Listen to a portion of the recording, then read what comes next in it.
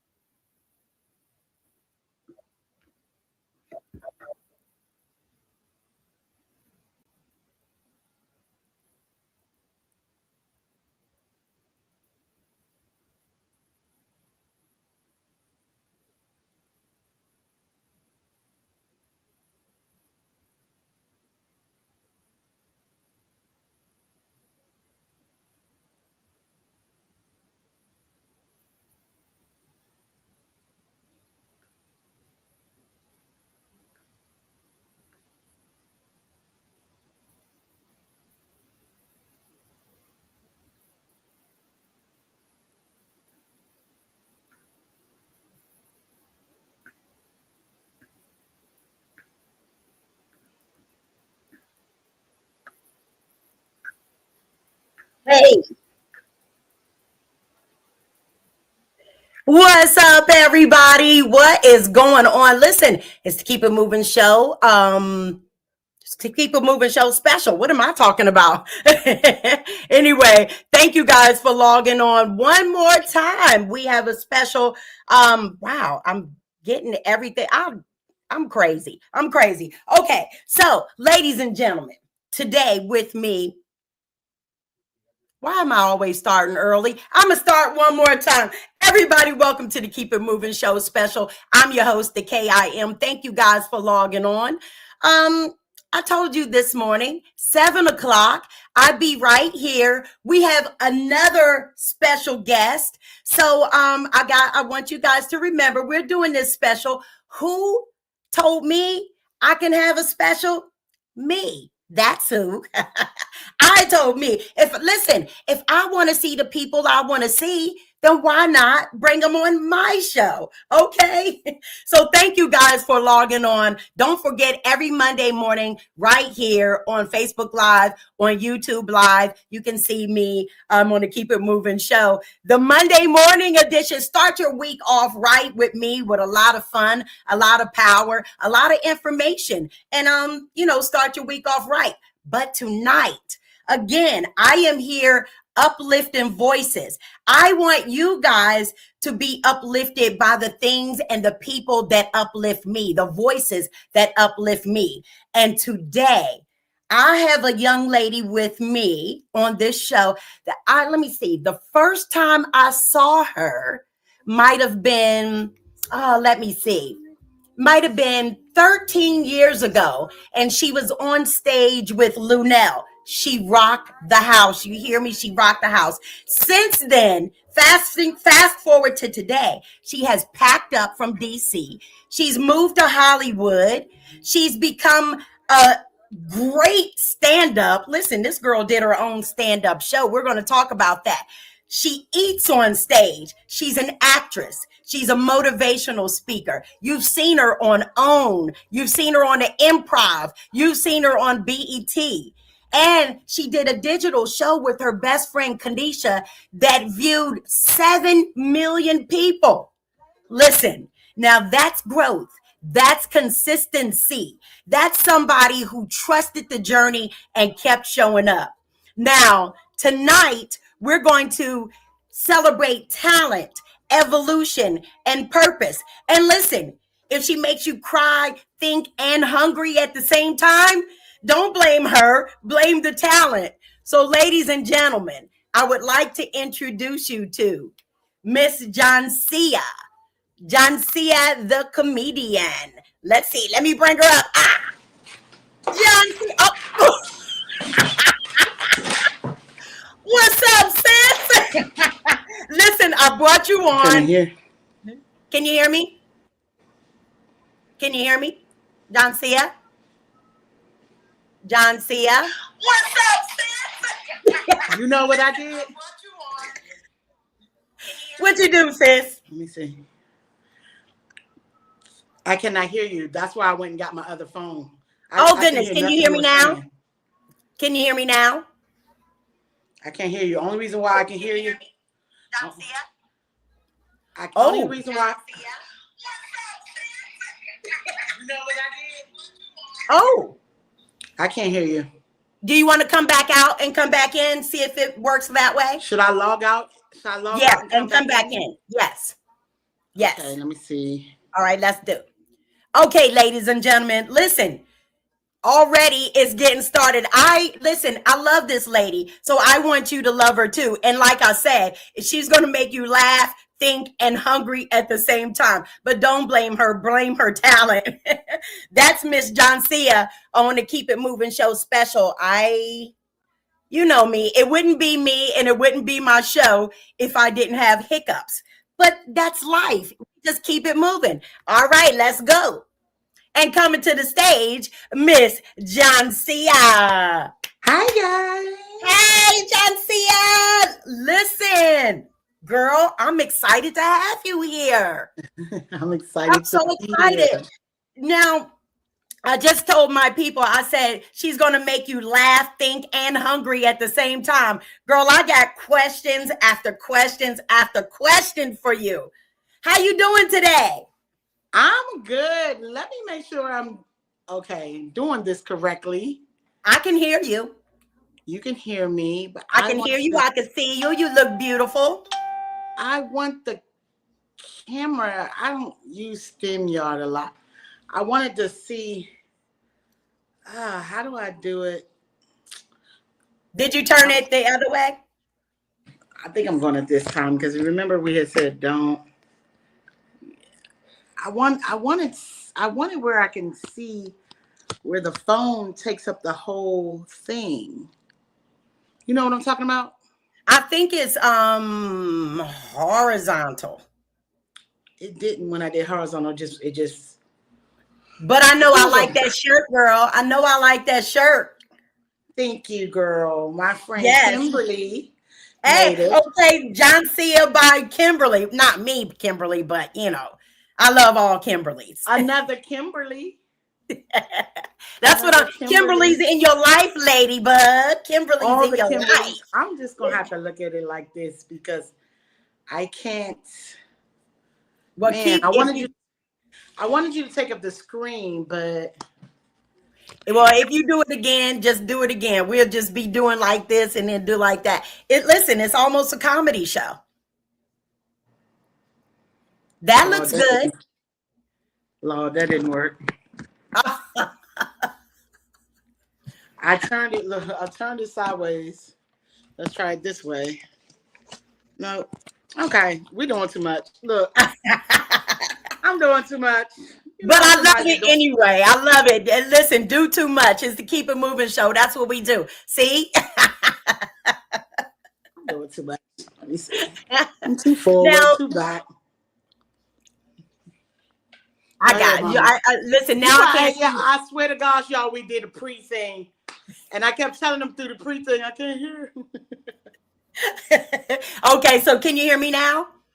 I can hear you fine, but it's just at first the screen was over the whole thing, and now it's not. Girl, I just watched the whole live with you where you try to set the camera up, then it kept flopping, so I would see this part of your face while you were driving. Top pulling up to the scene with the ceiling missing. It's all good. Now, but Joncea, welcome to the Keep It Moving show special. Thank you so much for accepting my invitation. I've been wanting to get you on here. Now, I just told the audience I saw you. I think the first time I saw you might have been about 12 years ago at the National Harbor. You were on stage and rocked the stage with Lunel. Do you remember that? That was in 2010. 2010. Okay. Wow. 15 years ago. Girl. Wow. Come on. Look at us. And look at you. Now, Joncea. I do remember that, though. I do remember that. At that time, were you still living here in the district at that time, or had you already? I didn't move to Los Angeles until December 2nd, 2012. Okay. So yeah, I was still doing comedy on the East Coast with Lunel when we did the Harbor. I think Ray Grant is the one who got me on the show. I think he was the host of that particular show. Okay, maybe, yeah. I and don't Bob. remember. I think it was Red Grant and Bob Sumner. I Okay. think the Okay. Arbor had like just got there. Yes. Taking. Yep. It had just gotten there. And I remember I wanted to go see it because I like Lunel. But when I got there, girl, you ripped the stage. I was like, who is this right here? Who is this young lady right here? Look, Yay. and here we are, what, 15 years later, and you have become a success, Joncea. Now, It's giving 16 years, but yeah. yeah, listen. Now, from what and me just listening to you, watching you over the years, you did hair first, right? How did you go from hair to comedy? What? Not just hair. I was a hairstylist. I was a party promoter. I was the manager of Vibe Band. I was a lot before I decided to do comedy. But what happened, my entire life, I've always wanted to be a comedian. And I would tell that to my parents and they would be like, no, that's not a job. That's not a career. You want to be a hairstylist. I want to be a hairstylist and a school teacher. So they would push that as parents. Like they were very good parents. Whatever we said we wanted to do, they supported it. But that comedy thing, they felt it was a reason for me to be a clown. Like they used to always think I would always get phone calls home. Joncea's disturbing the class. She always wants to be the jokester. All these things, and I'm a little kid. But what my mom didn't know back then, this is a natural gift. You birthed this child who was naturally born funny. I never tried. I never was like purposely disturbing the class. Like I would blurt out something, which I still do, that I really need to learn to control. It's undiagnosed, the mildest symptom of Tourette's. No, okay. But, I was going to say a little Tourette. I wouldn't blurt out nigger at the office, but you know what I'm saying? I do something close. But no, I just remember one time. Something close, huh? I remember one time this girl, it came on her period, and we were like in the 9th grade. I just remember saying, "Oh, girl, you got doodoo." She went to do a math problem at the board, and I remember saying, "Oh, girl, you got doodoo on your pants. Like, come back and sit down." I wasn't trying to like make the class bust out laughing. Teacher was like, "Get out!"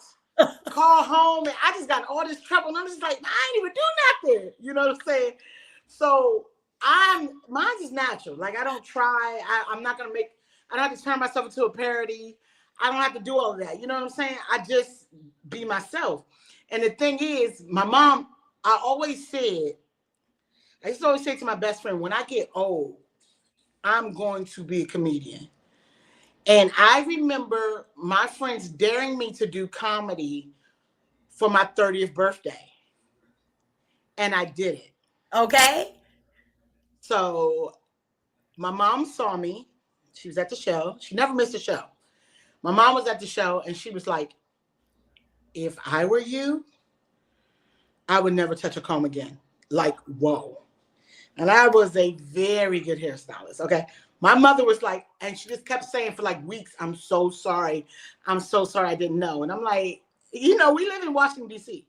Now, living here in California, if a kid says, Mom, I want to go be in the government, it's like, government? No. You could be a comedian, an actor, a singer, a dancer, a poet. Why would you want to work in the government? No. Like it's the opposite. The opposite, right.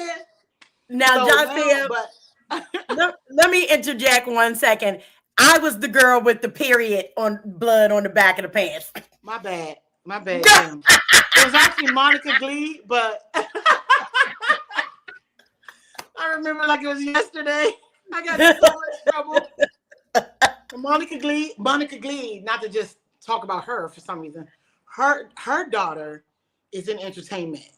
And I DM'd her like, listen, this little girl wants to do it. Like, I think if my mom would have did what Dave Chappelle's mom and dad did and what Martin's Lawrence, they were 15 going into comedy clubs.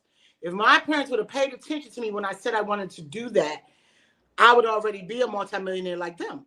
Yeah. Yeah. But they didn't Well, believe in that. Like it wasn't in my mom's mind. It was an excuse to be a clown, and she wasn't yeah. having it. Yeah. Yeah. So Now, I got old at the age of. oh no. Oh Are we no. still John, here? I'm here. Are you here? I'm here, but I don't see me here. I don't see you. But you can hear me, right? I can hear you. I can hear you. Hold on. Oh, come on, StemYard. This is why I don't use StemYard, man. You know what? And I did say today on my show I'm not using StreamYard anymore. This is Oh why I no. don't. God, Lee, come on, bro. But you can hear me. I can hear you. Are we gonna do That's some ghetto crazy. shit?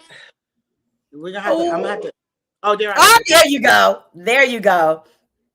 God, this is too much. But they you hate know on what? us, Kim. That's what it is. That's what it is. You got your Kim shirt on and everything. Yeah. Come on. This is crazy. Okay. Now I don't see you anymore. This is crazy. Can you hear me? Yep. I can't even hear you now. I'm a log out. Okay. This is crazy. Well, it's the Keep It Moving show, and that's exactly what we do. We keep it moving. Joncea will be back in a second. But listen, guys, I'm glad you guys have logged on to the Keep It Moving show special right here on Mondays. Next Monday night, we do have the 90s group Riff coming back. Well, no, they weren't ever here. That was the other ones. But when you guys see, you'll see what I'm talking about. But next week on March 9th, we have Riff. And back to the stage, we have Miss Joncea. Listen. It's gonna be the best show ever. That's right. That's what I'm talking about. Now, Joncea, now you were talking about your mom, your dad. And I know you just lost your mom. And my condolences. Give or take a day or two. Like, okay, yeah. But I see that. But I was on one of your lives, which I'm on your lives a lot. I listen to your lives a lot. And when I saw you add motivational speaker and you just dropped off, you just dropped off again your picture. Joncea. Listen, it's the Keep It Moving show, and we keep it moving. So with us today, we have Joncea, the comedian. Listen, I know she's doing this. She's doing this. It is crazy. Listen, is crazy. I'm like, I know Joncea. Tried on my other phone. Okay. This is crazy. Listen, but you know what? I can't even hear you, Kim. I can't even hear you. Okay. So I'm gonna have her send me the. Let me text the link to my other phone. I can't even hear you. 1 minute.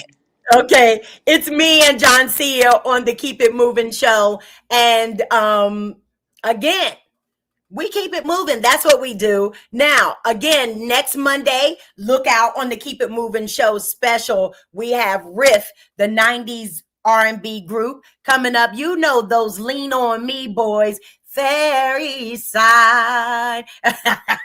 You know, guys, I think I can sing, so I sing. So anyway, thank you guys for logging on to the Keep It Moving show special. I'm here just to uplift voices, to listen to motivating voices, and so that you guys can meet the people that I find motivational in my life. So until she comes back on, ladies, I have Joncea, the comedian, on the line, and I'm wondering, did you guys get to hear my theme song? Well, if you didn't, I'm gonna play it for you right now. Anyway, so here she is. You know what? Hey, how about now? What I noticed about having two phones, I have an Android and an iPhone.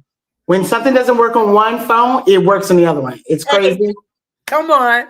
That's why I said, you know what? Because this is too much on this iPhone right now. Listen, even though I have an iPhone, I thought about going back to Android, but I thought you was finna do this Facebook Live. it is on Facebook Live. StreamYard, Facebook Live. We're on.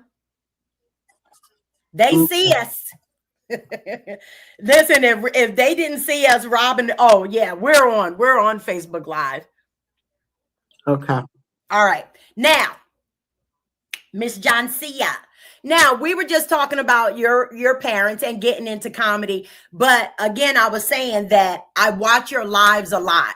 And when you finally put up the title motivational speaker, I said, "Oh yeah, that fits her because, girl, we're going to talk about that in a minute." But on one of the lives, I heard you say that your parents told you a story about when you were born and what the doctor said. Can you tell us that story? I wish I could. You know what? I could probably put up a picture now. The doctor said I was the funniest. When I was born, most babies cry, right? Yeah. I literally came out laughing. My dad was like, it was something we never seen before. And he said, I'm talking to you guys while I'm looking for a picture. Okay. He said you were the funniest baby ever. And the nurse, my mom said that she kept asking the nurses for me when I was a baby, like, where's my baby? Where's my baby? And the nurses was in the back, had me in the bed, and I'm entertaining these people. These people are laughing at me. As a newborn. As a brand new baby. And my mom said she was just like, girl, you were so funny. My sister told me that they used to put me in my high chair. And like all my family would just gather around me. And I was like in my high chair, a toddler. And she said, Joncea, you were so funny. We would give you a bowl of ice cream. And you would be like, because the ice cream would be giving me a brain freeze. My parents was like, do that for their friends and everybody, like I was a circus act. They said you were just so, this is just how I was born, and I gotta find a picture. My dad said you would just always be laughing as a baby. Like people would just be like, oh my gosh, she's so pretty. Look at this little girl. And I would just be cracking up as a baby. I'm trying to find this one picture that my dad had gave me. It was a Polaroid. So I took a picture of a Polaroid. Uh-huh. Here it is right here. Here it is. You can't really see, you can see it, but can you see it? Oh, little pumpkin. Look at the little Can you smile. see me laughing?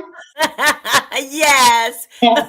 My dad said, all you did, he said you had the cutest little dimples and you had this head full of hair, little chocolate baby, and you just laughed all day at everybody. Oh, yes. So you get it honestly. Honestly. I believe God gives everybody gifts. Yes. And with me, the Bible says that laughter is healing, and I just believe He gave me permission to heal. Yes. I think He just made me one of His healers. So here we are. I noticed that, and I know that part of your grieving, and I don't want to bring this up. The same thing with me. I just lost my dad too, so I find that comedy makes me feel better. And when I watch you, I'm going to say this though, when I watch you, it makes me feel better. But then, you talk to God so much, just listening to you. And then you're not even here anymore. You're talking, and then all of a sudden I'll see tears, and I'll see, and the same thing is happening to me as you're going through that. So you're helping me, grieve my dad along with listening to you. How did you get in this type of, were you always like a spiritual person? You know what? Kim, I was always different. Very much so spiritual. I was always different though. I'm the baby of 6. Everything about me was just always not like everyone else. And to be that in a house with almost 14 people growing up, right? It was like okay, so they call it the black sheep, but it's a little bit deeper than the black sheep. It's like imagine everyone trying to figure it out. They know she's not this weirdo, but she's weird. She's not this genius, but she's smart. Like I paint, I draw. I can do almost anything, and I hate those type of people. Like I hate people that can do anything. Because it's like, damn, what don't you do? But I'm really hurt. Jack of all trades. You know, but the thing is, my mom had us raised in church, right? We were at Jericho. I was born into Jericho. All of my life. And I had no problem. Like I loved Jericho. I loved church, all of that. I just didn't understand certain things about it. Yeah. And it was because I believe I'm more spiritual than the average person, a little bit more connected, and I've always been. Yeah. I think that's why I could come out not crying but laughing. Yes. I think I've always been this chosen one. I don't know how to say it, and I don't like to say. Yeah. I really don't like to say the chosen one being a person with 5 other siblings. Like I really don't want to make it seem like I'm different or better. You know what I'm saying? I don't want to. It's something about you. I understand that. It's something about you. It's like you. It's like the God in you is apparent. That's your aura. The God in you. And it's like I just remember being in the 1st grade, and that was back. I went to Kimball. That was back when they could beat you, right? Right off of Minnesota Avenue. Is that Kimball on Street, Eads or Eli? I think Kimball's on A Street. Oh, yeah. Okay. Oh, no, Kimball's off of Minnesota Avenue. Yeah, Southeast. Yeah, Southeast. Yeah, I remember being in Kimball, and I remember telling my entire class. Now, mind you, if I would have known we could do this in middle school, I probably wouldn't have told them this. I would have just waited 5 years. But I convinced my entire class to not walk in a straight line to go to PE. I just remember it plain as day. And when you're a kid, you don't think about the fact that they could snitch and all that. So everybody just got up, and Miss Washington was our teacher, and everybody just dispersed in the halls. We did not walk in a straight line. And Miss Washington was like, what are you doing? Like, what? The entire class told her, Joncea said, I was like, oh, shoot. And I did. So there's nothing I could do, but I got to speak it, right? I remember my mom and Miss Washington having a conference. And they made a decision to make me the permanent line leader. So that would never happen again. That's right. You could have never convinced me to do nothing. Like how I convinced that class that young. That's what I'm saying when I say I was just always different. Like the teachers had to give me extra work. I would get done my work in 10 minutes. I was never like anyone else. Never. Okay. Even with this comedy game, if everybody's auditioning for Kevin Hart's show, I'm over here. Yeah. I don't ever want to be with a crowd. And it's not that, like, this has nothing to do with thinking you're better or anything. It's just, I've just always just, I don't know. I'm different. You were your own. And you know, I actually read something about you that said, and you have a cult following. Girl, yes, I read it. I'm gonna send it to you. I have a cult following? Yes. It wasn't bad. It was just saying, you know, that you have many people following you. I guess that's what it was saying. That would be hilarious. A cult following would be hilarious. Use the word cult. I'm gonna find it and send it to you. Please follow me, please, because I'm telling you, if you follow me and me, if you follow God and you will have so much happiness in this world. Like, I ain't finna tell you to kill yourself or nothing or drink no potions. Or I ain't even finna tell you that Jesus finna come back. Cause Let me tell you something. Whatever that is they made up in the Bible that this man finna dish out in the sky and everybody finna, hey, I don't know what that is. Oh my God. And then like we're living in the end times. Like Peter thought he was living in the end times. Does anybody read the Bible? Like no one knows. Like, come on. We don't know. Don't follow me. Don't follow me though, y'all. They're waiting.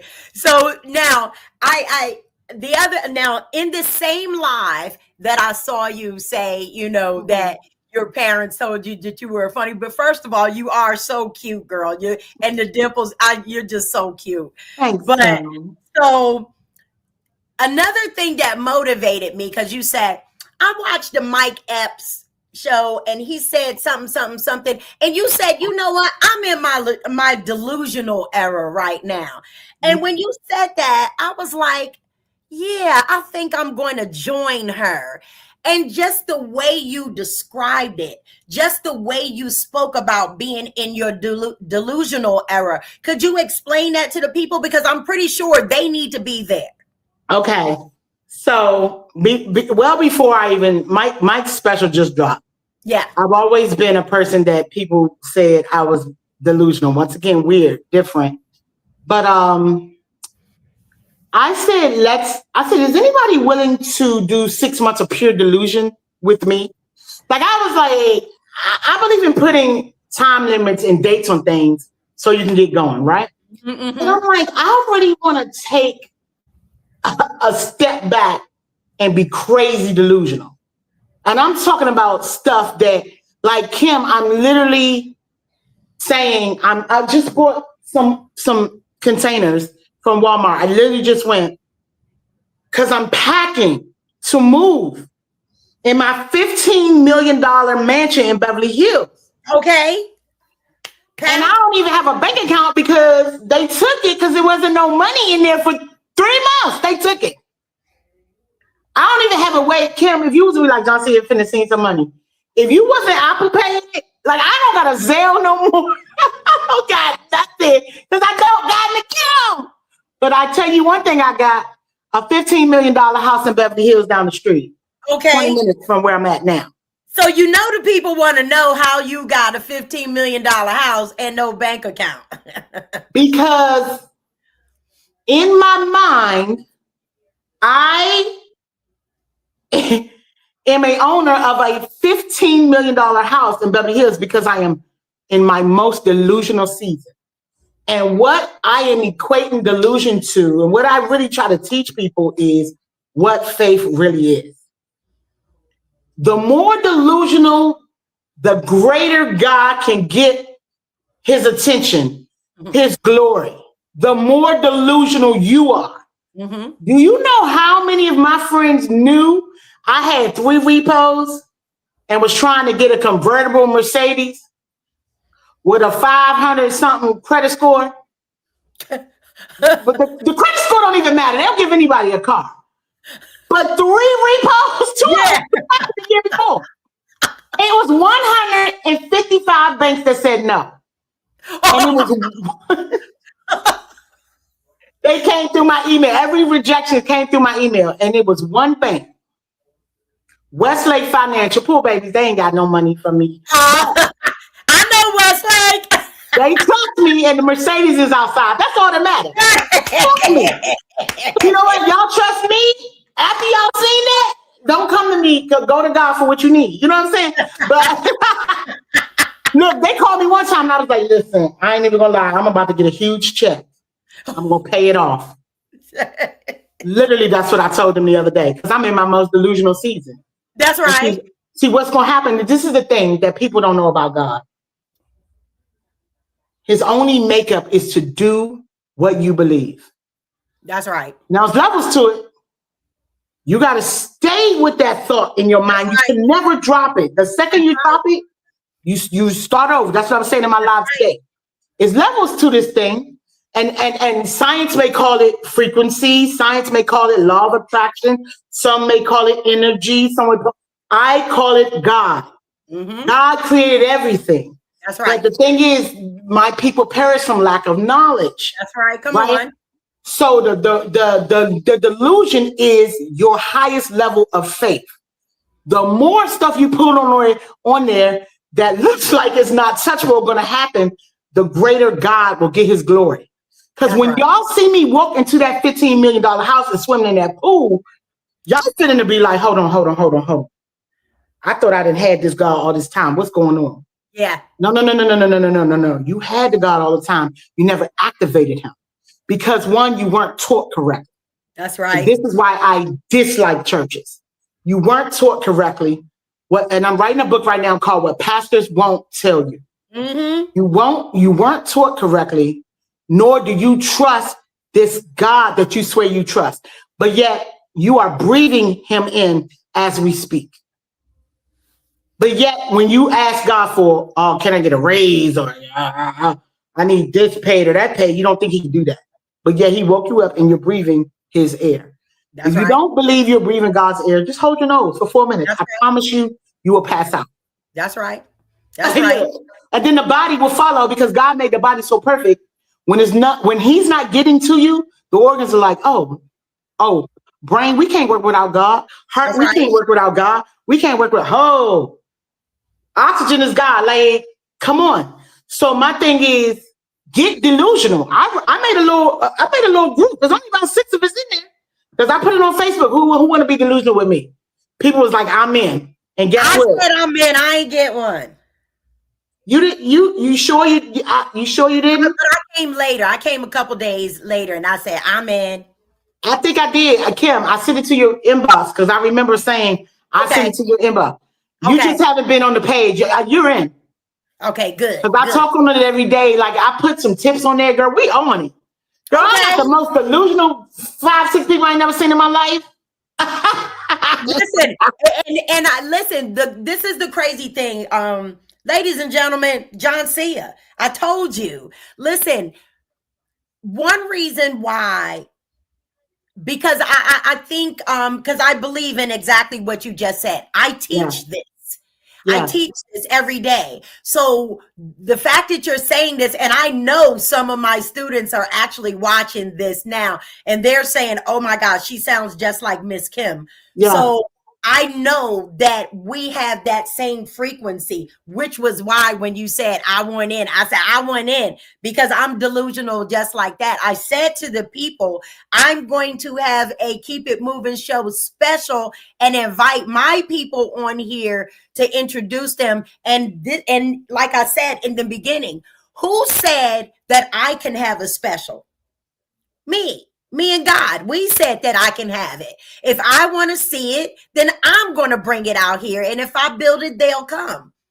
And so guess what God said? That's what God said. That's right. I gave you the desires of your heart. So guess what, Kim? You didn't wake up and want that. God gave you that. That's right. Okay. That's you right. are in the position to move on it. Yes. When that scripture says, I will give you the desires of your heart, it is not saying whatever you want, I'm going to give it to you. Because if that's the case, the first dude that we choked down would still be with us. Okay? You understand? No. I will give you. That's why I can't be no pastor. Because I'll be like,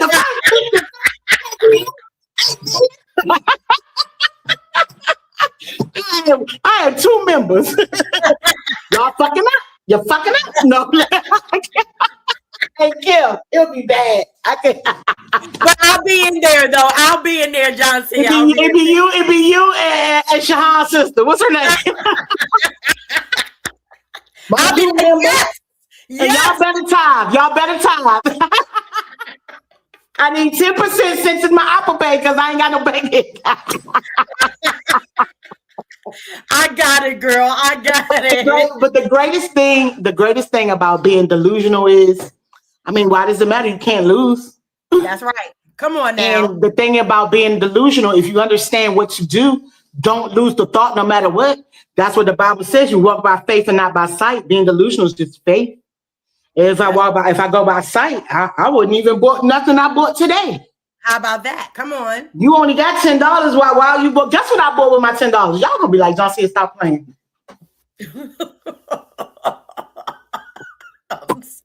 I bought a unicorn toothbrush. have delusion. Hey, Why? I have delusion. You know what? I need to be brushing my teeth with unicorns because people don't think they exist. But I'm one, so that's crazy. I only had $10, and guess what? I didn't even care. And people are like, well, if you, I just know people. Well, then why you only got $10 if you this and that? Baby, I don't think you heard nothing I said. That's right. I got a Mercedes outside. I live in a beautiful home with beautiful people. I got fruit trees outside. I could pick my lemons and my oranges. How much money you think that is? Y'all are the ones that got to have tangible money you got to see in order to think you're doing anything. Yeah. I see God in everything I touch. Right. I love it. I love it. I love it, pretty girl. Listen, Joncea, I said Joncea is right here with me. At first I said comedian. This is motivational speaker Joncea. Now, as we keep it moving, I want to talk to you because Joncea, last year, girl, you was what I do? I play too much. Because you laughing. It's already funny. Joncea, you was at the BET Awards, girl. And let me pull up that dress. Girl, Joncea said, girl, I'm in there. Take me through there. Take me through there. What the fuck was I thinking? Dress, baby. Wait a minute, y'all. That's not the dress I was going to wear. I went to get my face done by my makeup artist.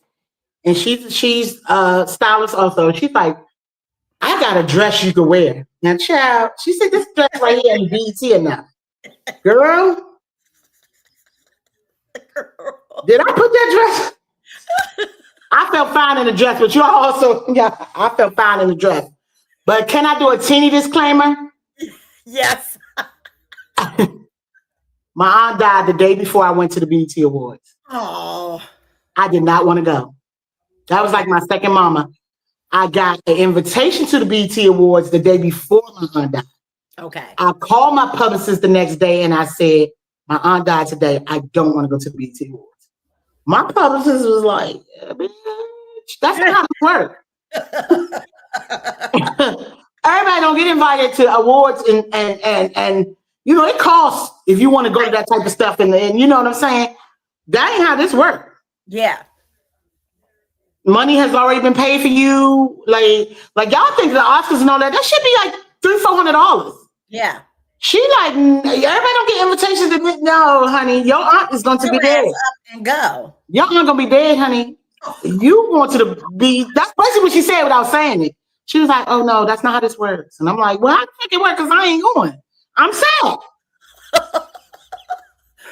Girl, so check this out. That girl put me in that dress. Let me find a dress. The girl put me in the dress, y'all.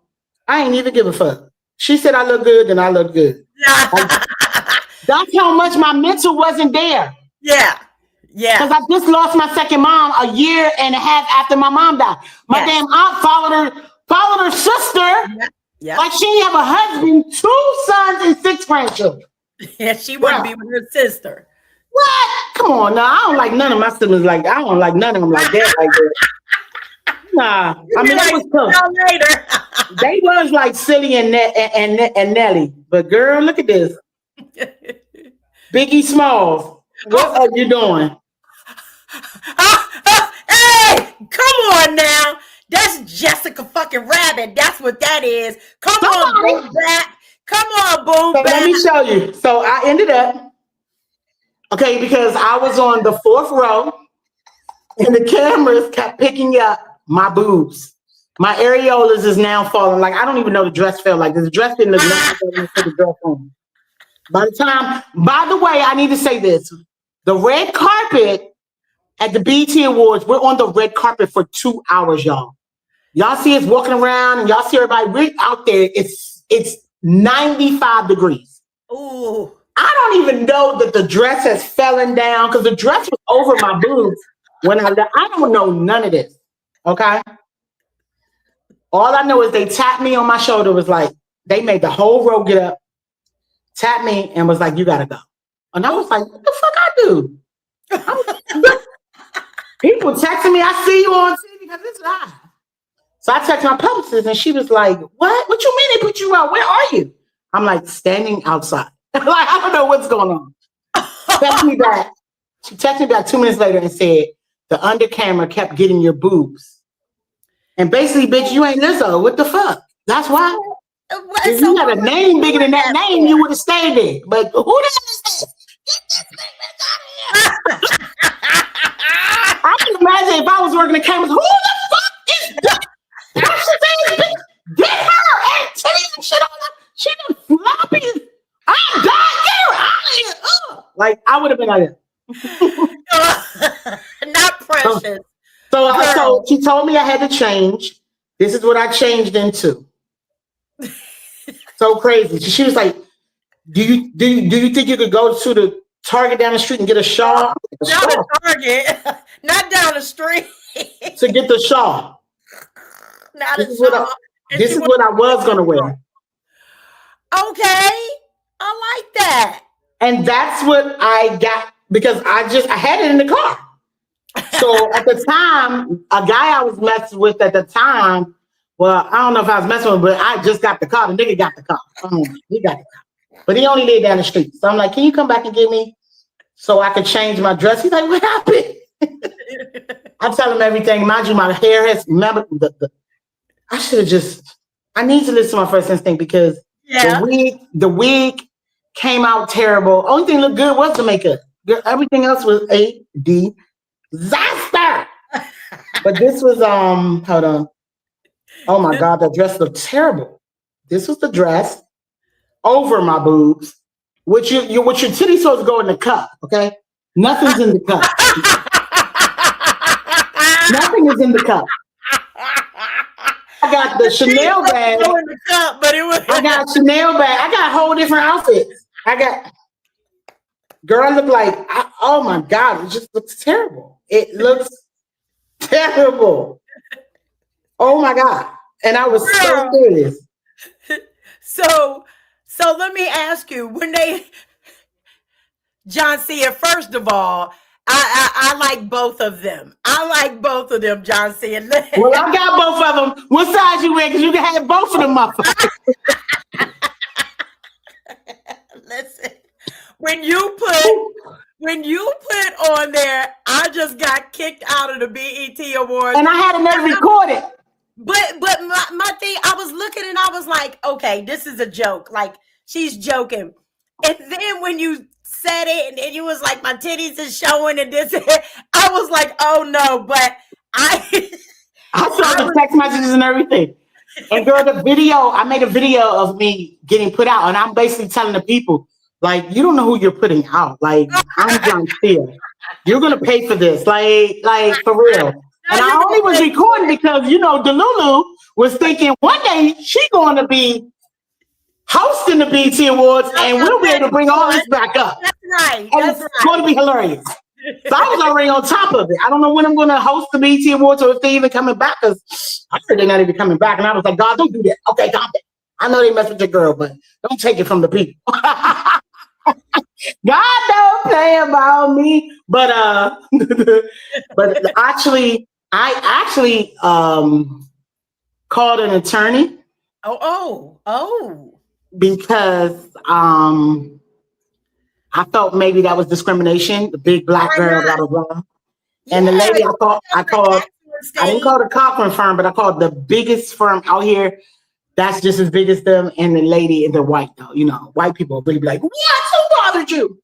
But he said, unfortunately, there is no law protecting you if you're discriminated against weight. And then she said, it's only race. And I was like, well, maybe because I was dark skin. She said, and that might work if you weren't at the BET Awards. I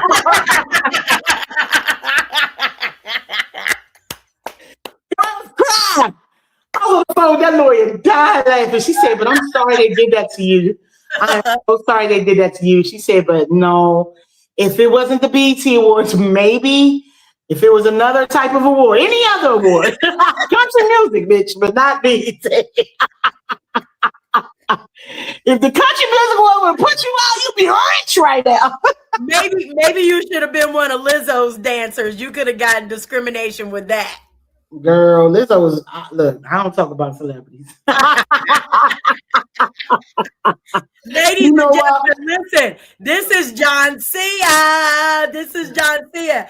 Now, girl. Okay, wait a minute, because I got some more questions. Okay. Okay.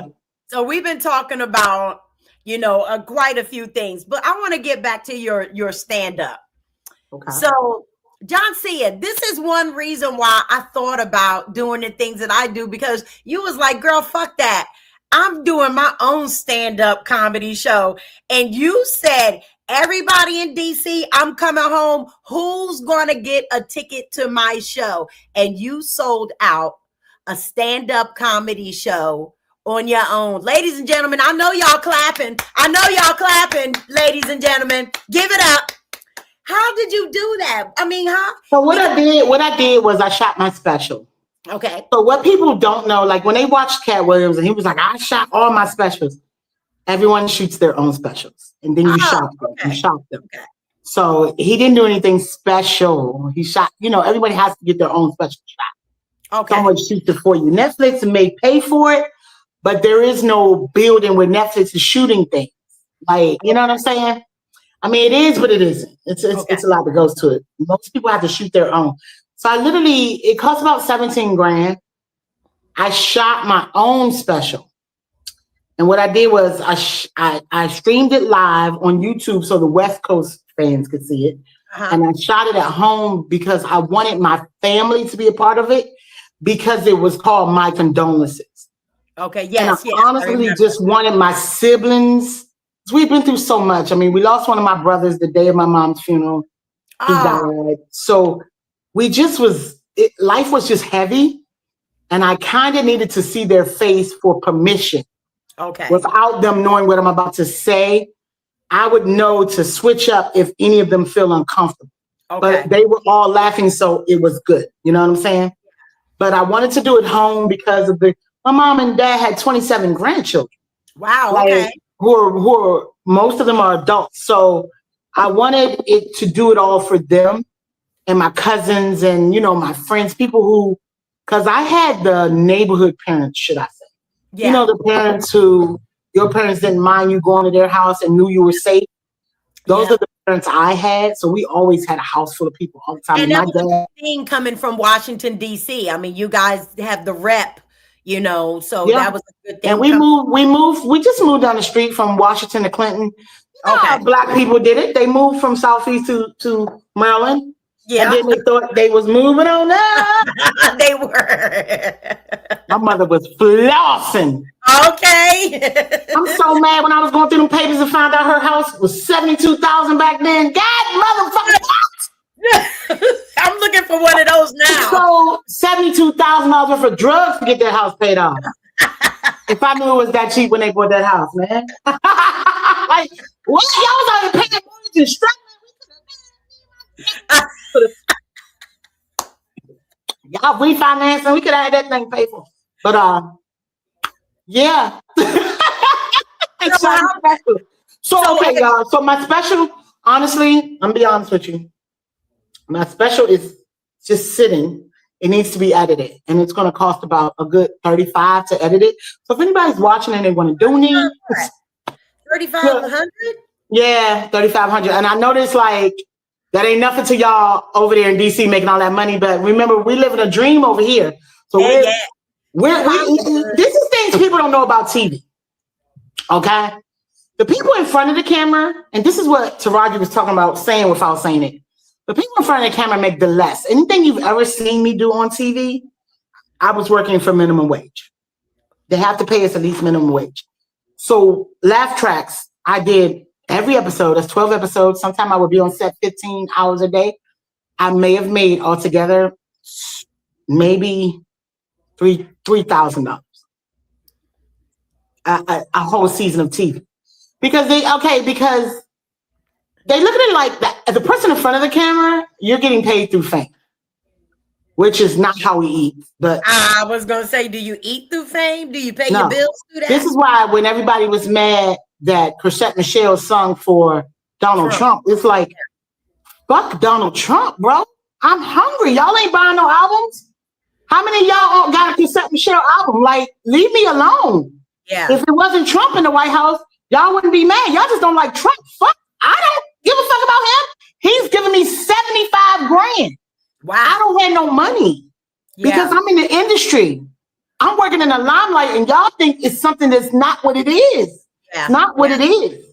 That's why we're like nurses and teachers. We don't do this because, well, I don't know about them, but I don't give a fuck about the fame. We don't do this for fame.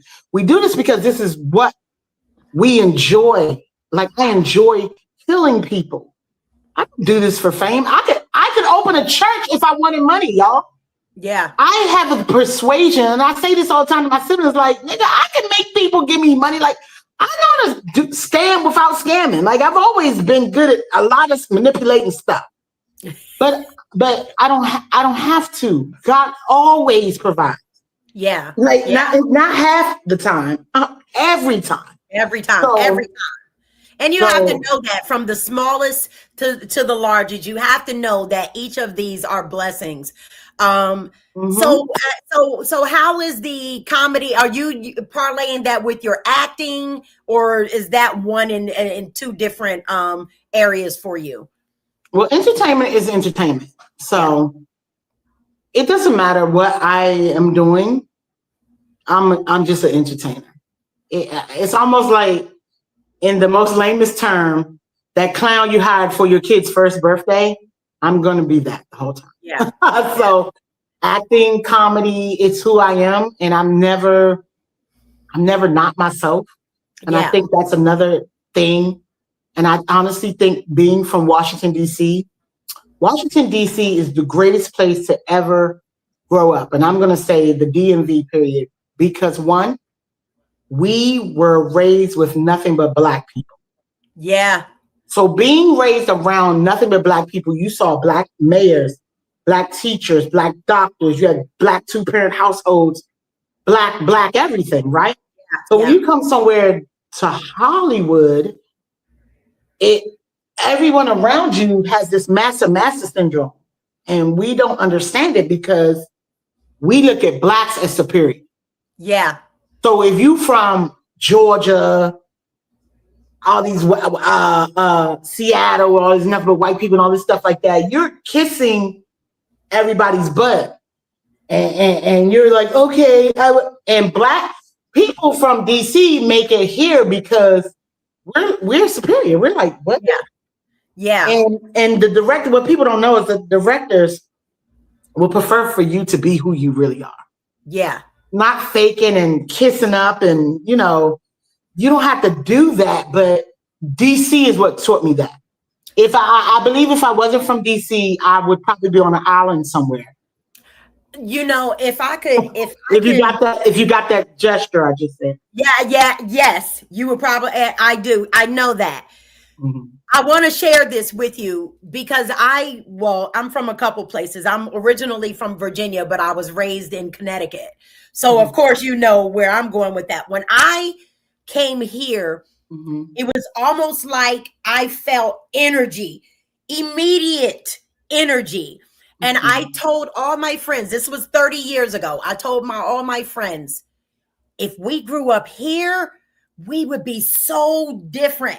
And I tried to get all my friends to move here. And now everybody lives in Bowie. And I'm like, ugh, go home and, stuff like that. But I will tell you, I would not be who I am if I had not moved here. So I appreciate how you guys grew up, because even here I can see all the Black dry cleaners, the Black this, the Black, even though it's a little changing now. Yeah. But let me just mention this real quick. This is the 50th year of Go-Go. And so how is being from a place where they have all this? I mean, I didn't like Go-Go at first. Yeah, because you wasn't born into it. Yeah. So now I'm like a Go-Go head. I'm like, I want to go to to the Go-Go's, and all the Go-Go's have the little 50 kids. years at the 50-year-old reunion. Yep. You was a baby. I'm rare essence all day. Uh-oh. And that's why you know you from somewhere else, because we call it R.E. I can always tell when somebody is as an implant in D.C. There'd be a rare essence. Now you want to go to see Rare Essence? I'd be like, yeah, we're going to go see that. Yeah, girl, I was so sad when Chuck Brown died, girl. I was so sad because I was just getting ready to really start getting into him, but I went to his funeral, so I was rocking. It's funny because when Chuck died, I was here, and everybody was just kind of like from DC. We're like a clan, we're like a family out here. We find each other, right? We're so sad, and then the other people that are like not from DC is just like y'all. And I'm like, y'all don't understand. That was like our Michael Jackson. Like you know what I'm saying? That it's just different. Coming from a place where we have our own everything, we have our own style of clothing, we have our own genre of music, and then it's the place that basically Hollywood runs the whole entertainment business of the United States. Washington, D.C. runs the entire government of the United States. That's right. So you got to understand, these are places of power. Whether we want to admit it or not, and this is why Trump is uncomfortable in D.C. I'm about to send out troops and all this. You ain't never seen that much blackness with power and just firmness and understanding and just know that you ain't never seen that many black people. That's right. As in D.C., Maryland, and the DMV, because it's a different part of Virginia. Yes. The whole Virginia ain't a part of DMV. Nope. And the whole Maryland is not a part of DMV. The DMV is where you can get to on the metropolitan bus system, where you can get to on our trains. That's the DMV. If it stops right here in Baltimore, you ain't a part of the DMV. You're not in. You 747, you ain't the DMV. Like it's certain people, and so the DMV is black people, and we are superior. That's right. And that's what I love about DC. Until I moved here, I had no idea what culture was. And I was 31 when I moved here. I seen Mexicans marry the Asians and shit. I was like, yo, this place is crazy. We had 2 mixed people in our school growing up. We called white girl Puffy, and she wasn't white because her father was black. But Puffy was mixed, and there was another girl that was mixed. Like many people weren't mixed. Yeah. We didn't even have that. We literally all. I remember when Kanisha came to DC. She got off the plane. Now Seattle's all white people. Okay. Yeah. I don't even know with a little bit of black to sprinkle. The basketball team. I was there. So she got off the plane and started crying because she said she never seen that many black people in one spot. Never seen that many black people in one spot. It's so normal to me. I'm looking like, what's wrong with you? Because as soon as you get off at BWI, it's black people everywhere. Yeah. I went to Seattle. I called her. Stay on the phone with me. I'm going to a sister house, about to do her sister hair for the wedding. They fly me in and do their hair for the wedding. Girl, I'm like, stay on the phone with me. I'm the only black person in the airport. They're looking at me like I'm Matumbo in China, bro. I never been so scared in my life. And I'm not scared of white people, but goddamn, I'm scared of them when it's 7,000 of them. One. Who is this Dalmatian puppy with only one strap? That was me. Girl, I was so scared. Listen. I was so scared. They was laughing at me so hard. They was like, so we're gonna stay on the phone with you. I was like, for real, y'all not playing, y'all? And they looking at me like, oh my God. It's like when I went to Boston. I and I was like, okay, this is great. It's gotta be one of them. A little more black people. New Edition family, they up there.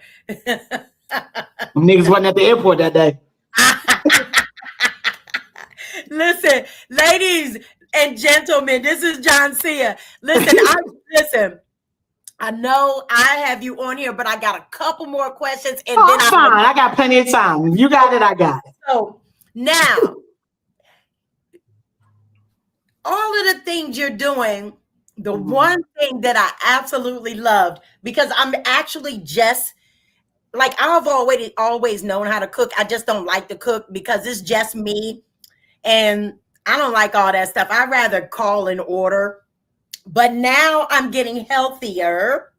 And so I'm cooking. But the one thing I used to see in your lives, girl, one time you was frying some chicken. Yeah, I can fry chicken. And you was in there frying the chicken and the oil was popping and the flour was everywhere and you had flour on your face and stuff and you was just cracking up and talking.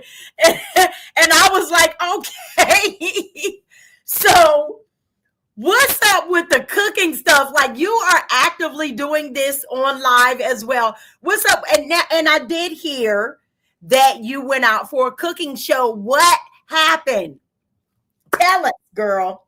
Okay, let's back up a little bit. And do people like your food? Girl, what?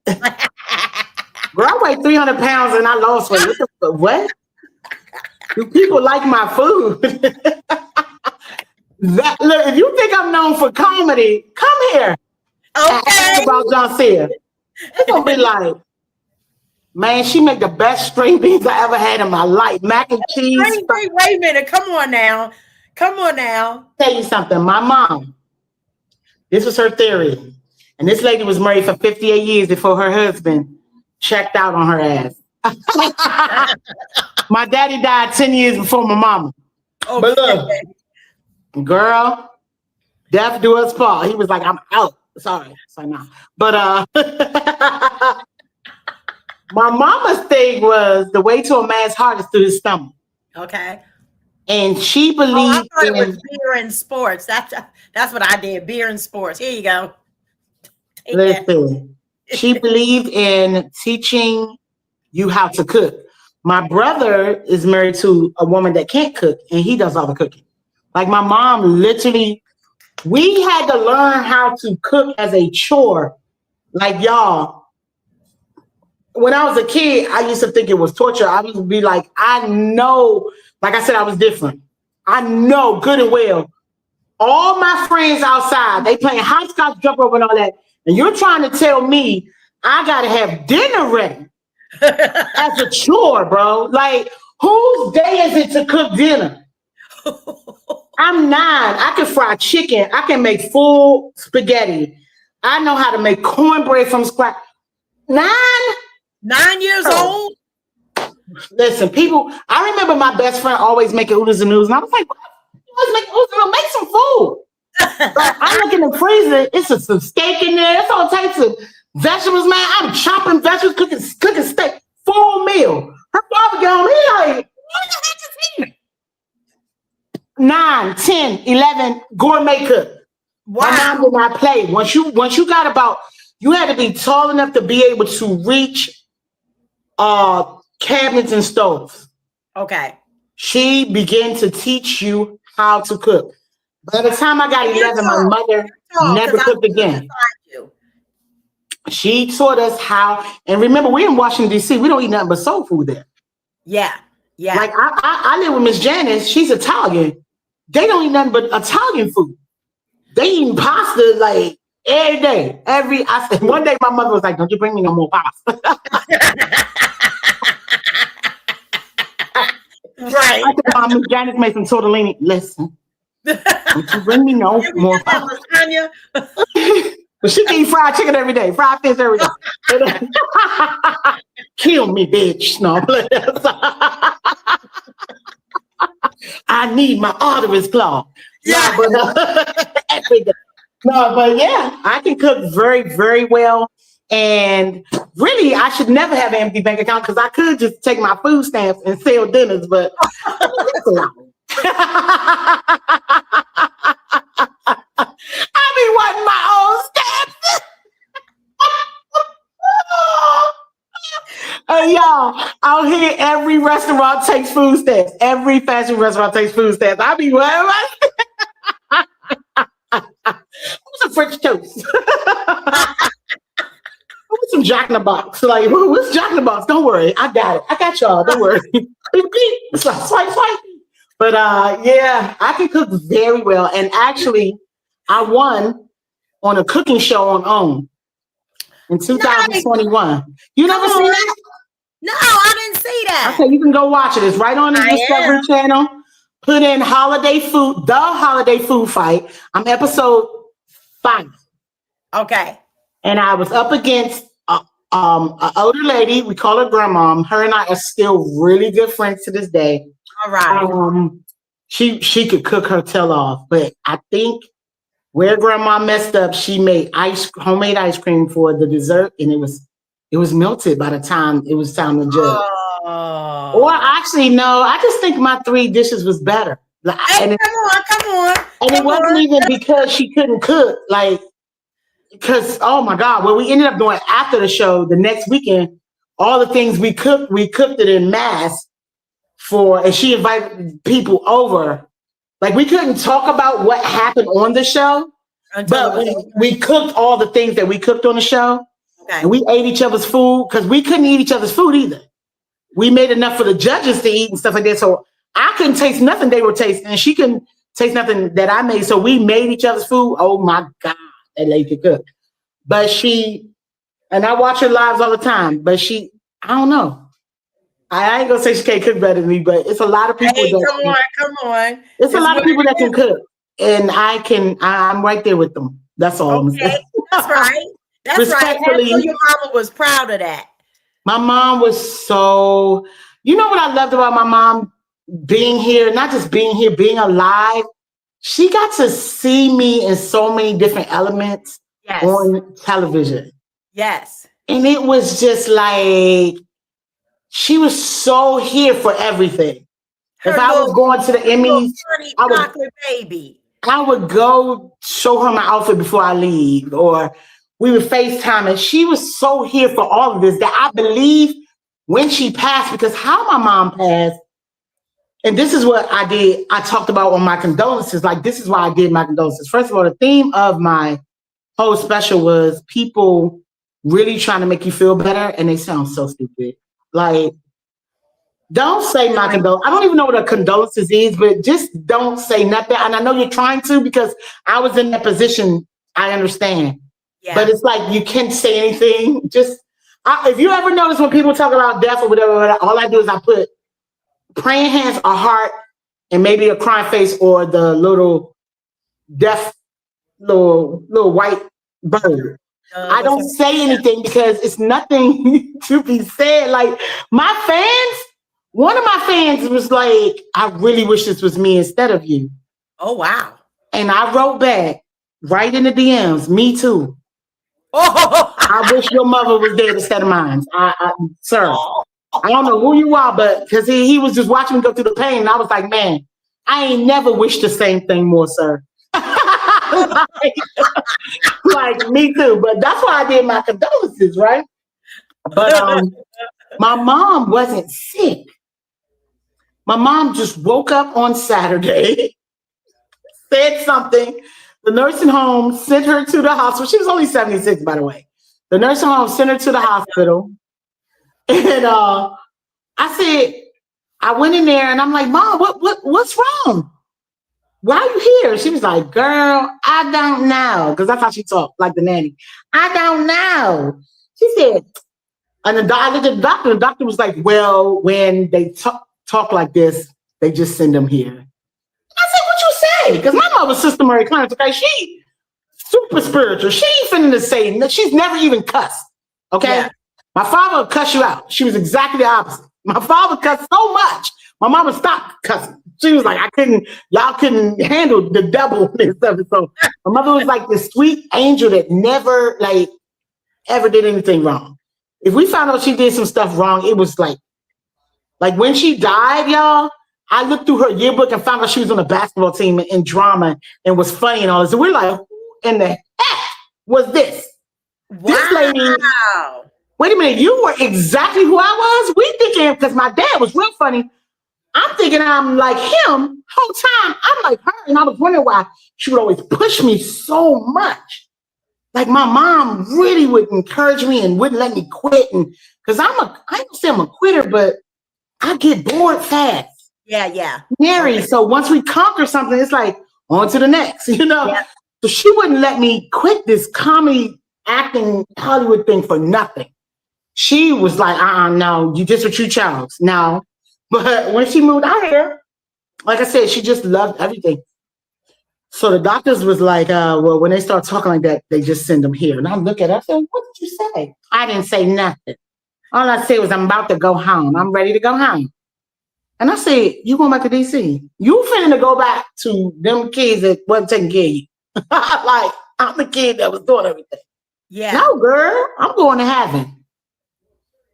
Now, mind you, y'all, I look at my mama like, girl. I'm cracking up with this lady because I'm like, girl, that's not how it works, okay? You do not just, I think what's today? Yeah, I'll get a plane ticket on up to Calvary. Like, no. How the fuck it work? Let me tell you something. All week long, my mother is telling me everything. She's like, you're gonna win an Oscar. You're gonna be huge, honey. I have to go. I have to go to help you. You're gonna be Joncea. If you only knew, like, she's saying all these things and she's sounding stupid. I don't know. I delusional would be me. You are off. I don't know what the hell is going on. Your mom. Okay. Like, it came to a point where she was steadily talking, and I'm like, Mom, stop! Like, stop, because she's talking in past tense. She's talking like she's finna die, and I'm like, stop! Like, after like the third day, I'm like, okay, so she did it Saturday, she did it Sunday. Here we are Monday. It's Monday Night Football, and this is what made me say, Mom, stop! Like, I need you to stop doing this now. Now you're irritating me. This one I'm really gonna miss because my mother and father were big sports fans. That's why we're big sports fans. She's like, I'm really gonna miss football. This is what I'm gonna miss the most. And she said, remember when Tom Brady retired and nobody kind of knew? Because they didn't know if he was coming back. That's what I'm about to do. I said, Mom, stop. That's what I was like. I'm over this shit, right? Wow, she was. Hey, listen. Hey, Kim, she was like this. She said, I don't know. And she cracking up with me. Cracking up. I am cracking up with her. She's cracking up with me. You about to see. we having a good time. I ain't leave her side, by the way. I stayed there. It was one night, the night that I think she really wanted to die on Tuesday. Because she was like, ain't you going home? And I said, I'm staying right here. No, it's a over there. I ain't going nowhere. Like, but look, check this out. She told me my life. She said, you're going to be a mega superstar. She said, Joncea, you got this Oscar. You look beautiful. She told me how my hair was done. She said my hair was up in a bun. She said I had on these dangling diamond earrings. She said I had on this gold dress. She said, you look beautiful, Joncea. Oh, my God. You did it. You made it. Now, at this point, tears are running down my eyes because now it's like, okay, you're really fucking going crazy in front of me. Like literally tears are running down my eyes now because that's where my mind was like, damn, my mom is like one of the smartest, most intelligent people I've ever met. And she's going crazy. Now she's telling me my life. And I'm like, oh shit. Like, my mom ain't sick, nothing. She's just crazy now. Like, damn, like dementia or something. I'm hurt. Like, man, like out of nowhere, right? So she's telling me my life and tears are running my eyes. And my mother sits up and she's like, what is your problem? I told you made it. Stop crying. Stop crying all the time because I'm the crybaby youngest sister. Like, I always be crying, right? She's like, stop crying. I said you made it. You're a huge star. And then she said, wait a minute. Almost like she second guessed herself. She said, but you were smaller. Okay. Wait a minute. You're not fat. I mean, she said, you're not skinny, but you're way smaller than what you are now. Because she's looking now. Now, at this point, I didn't know this then. She was crossing over to the other side. Okay. And she's like telling me my life, right? And so after she died, I got sick. And they told me I was diagnosed with diabetes and high blood pressure. My biggest flex being a big girl was that I was a big person. I was saying on stage all the time that didn't have diabetes, high blood pressure, none of that. As I did research, I figured out that my body could fight the diabetes and high blood pressure because I was this happy-go-lucky, loving person. But after my mom passed, my body had to fight depression. Yep. So when they told me I had diabetes and high blood pressure, they gave me 3 medications, and I was like, I'm not taking them. What I got to do? And the doctor, in her most arrogant way, this little skinny Armenian lady said, change your eating habits drastically. Ooh. So this was me. Hold up. Okay. This was the girl that was sitting there with my mom. With your mom. Okay. This is the girl now. Come on, Joncea. So my mom saw this girl. Now, mind you, now my best friends are all in. Everybody's all in. We're losing weight. We don't even know. This was my best friend. She's been my best friend since I was 10. This is her name. Like, everybody's losing weight. We're all losing weight, right? We're having a good time. They say if you want to know why you're fat, look at your friends. So anyway, we're having a good time. You want to know why you broke? Look around. Okay, so we're having a good time. You want to know why you use drugs? Look around. It's like, no. Okay, but anyway, my best friend is the one who just stopped everything one day. She was like, yo, remember when mom said you was going to be skinny? You about to win an Oscar. Oh my God. And I was like, oh my goodness. Like, you're losing weight. You about to, everything is happening. Everything mom said is happening. And we're just like, oh my God, this is crazy. It's happening. Right, girl? Everything she said. So let me tell you what happened. So Monday, Tuesday, Wednesday, every day. I'm FaceTiming family. Yeah, your grandmother about to die. Because now I'm calling her bluff. Like, at this point, she has not left this story. Okay. I'm leaving. I'm going to heaven. Sarcastic with her, yeah. At this point, though, it's like it started hitting me.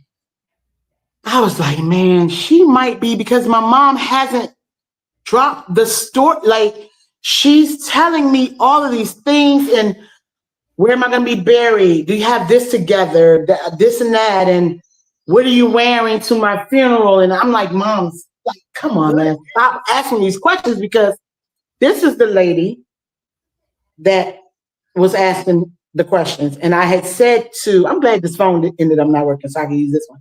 I had said to my mom, well, since you're about to die, let me take a picture of you. This is how my mom looked the day before she passed. He said, okay. Oh, look at her. Oh, she looked beautiful. Dead as shit. But look, so the next day, after that picture, I called the hospital and I was like, I'm just calling to check on my mom. I'm on my way up there. And they're like, oh my God, your mother is doing amazing. We're sending her home. And I'm like, ooh, finally, golly, like, thank you, because she been tripping for the last 4-5 days. Like, thank God she back to normal, because y'all got to remember, in my head, she's going crazy. Yeah. She's my mother, though, and I know she's not crazy, so it's really hurting me seeing her crazy like this. I appreciate all the things that she said and told me, but like, this is really bothering me, right? Yeah. So I'm so glad that she's back to normal. Maybe she had in my mind, maybe it was because older people sometimes when they get bladder infections and stuff like that, they start going a little, a little cray-cray. Yeah. Girl, they called, I called and they said they were sending her home at 5. So I was like, I might as well just go to the nursing home at 5. Mm-hmm. Instead of going to hospital, because it was probably about maybe 12, or by the time I sat in traffic for an hour and all of that, they was going to be moving her. So I'm going to just wait till 5 to meet her at the place. So, girl, I'm busy all day. I looked up, it's 8 o'clock. I'm like, what the fuck? I called the nurse home. I'm like, yo, Mike, my mom here? He's like, yeah, your mom just came in. She look good, too. Yeah, she here. And I said, all right, do me a favor. I'm on my way up there. And I'm asking him, like, you need anything? All right, I'm on my way up there, right? He just wanted the nurses. do me a favor, go back and check her sugar because sometimes her sugar be low. She come back from the hospital. Make sure her sugar's good. He's like, I bet. He calls me about 10 minutes later. He's crying hysterically. Your mom, we gotta send her back. And I'm like, what's going on? Like, what's wrong? He's like, I don't know. She was just fine. She came here and she said hi, and she spoke to everybody, and she was waving at them. She was fine. And I went back in to check on her, and they came and they hooked her up to oxygen. Her body's only holding 20% oxygen on oxygen with an oxygen tank. My mama told me though. She said what they're gonna do is I'm gonna be hooked up to all these machines, all these wires and stuff gonna be everywhere, and they're just gonna pull them and I'm just gonna fly away, okay? Listen, it's not gonna hurt. I'm just gonna fly away.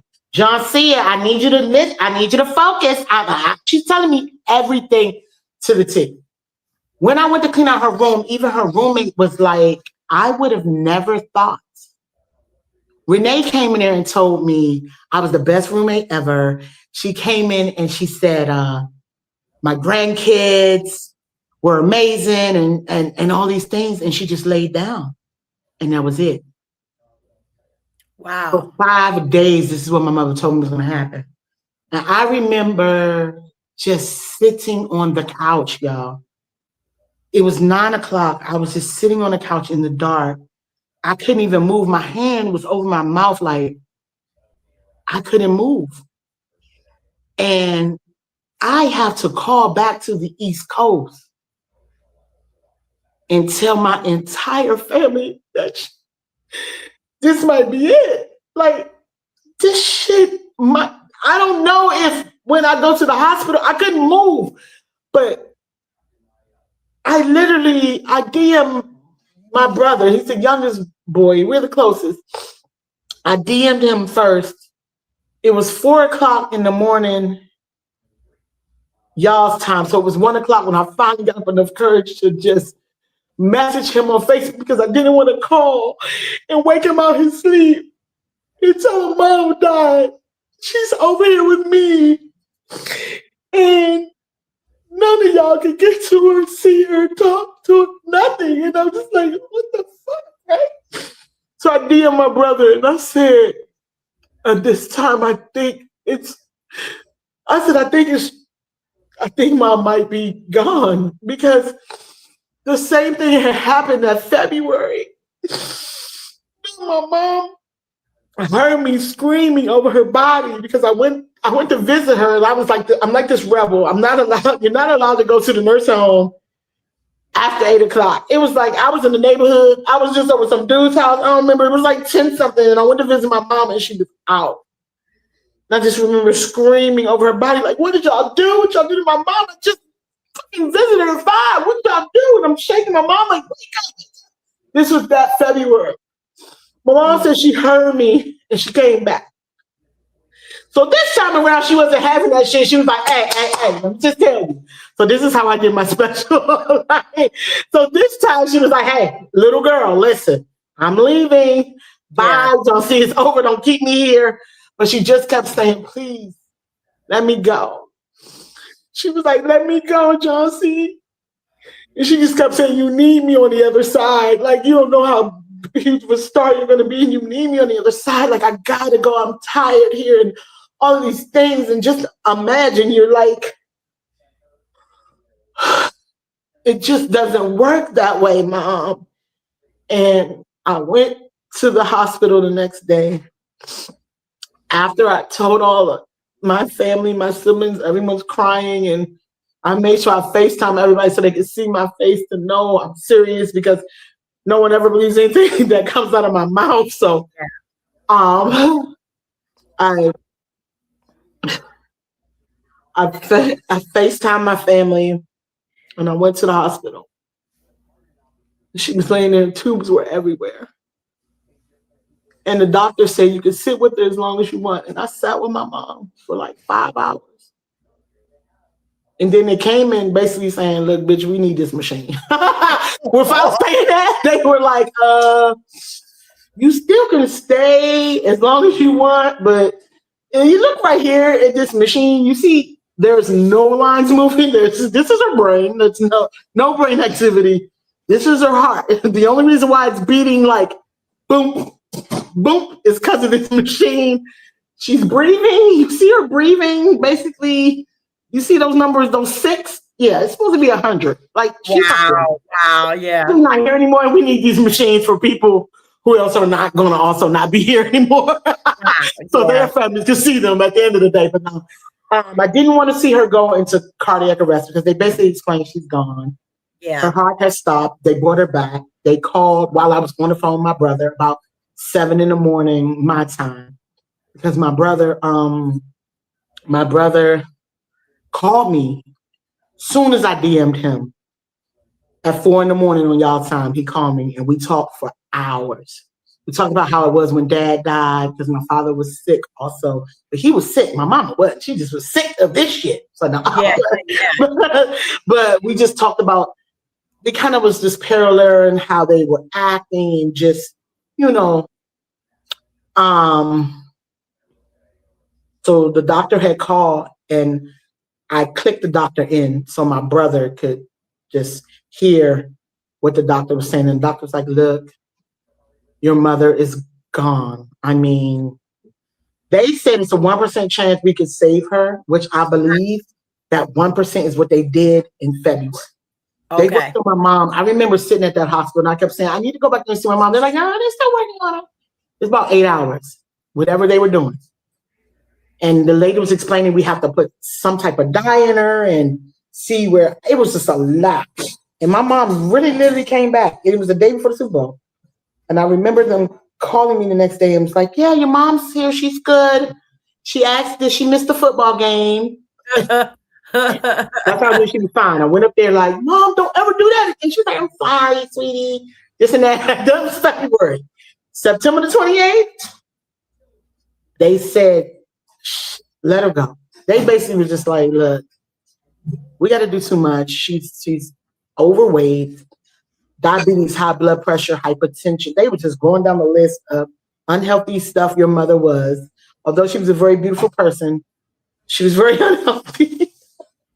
I'm laughing because my mom literally was sitting there telling me, you finna break all this, girl. The family gonna start eating right. You gonna start eating right. Everybody,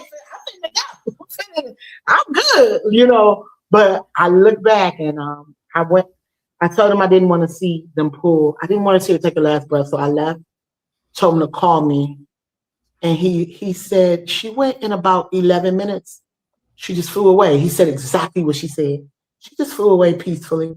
And when I went back up there to see her, the tubes were gone. And she was laying there and she looked so peaceful. Mm-hmm. Now, she looked deader than a mug.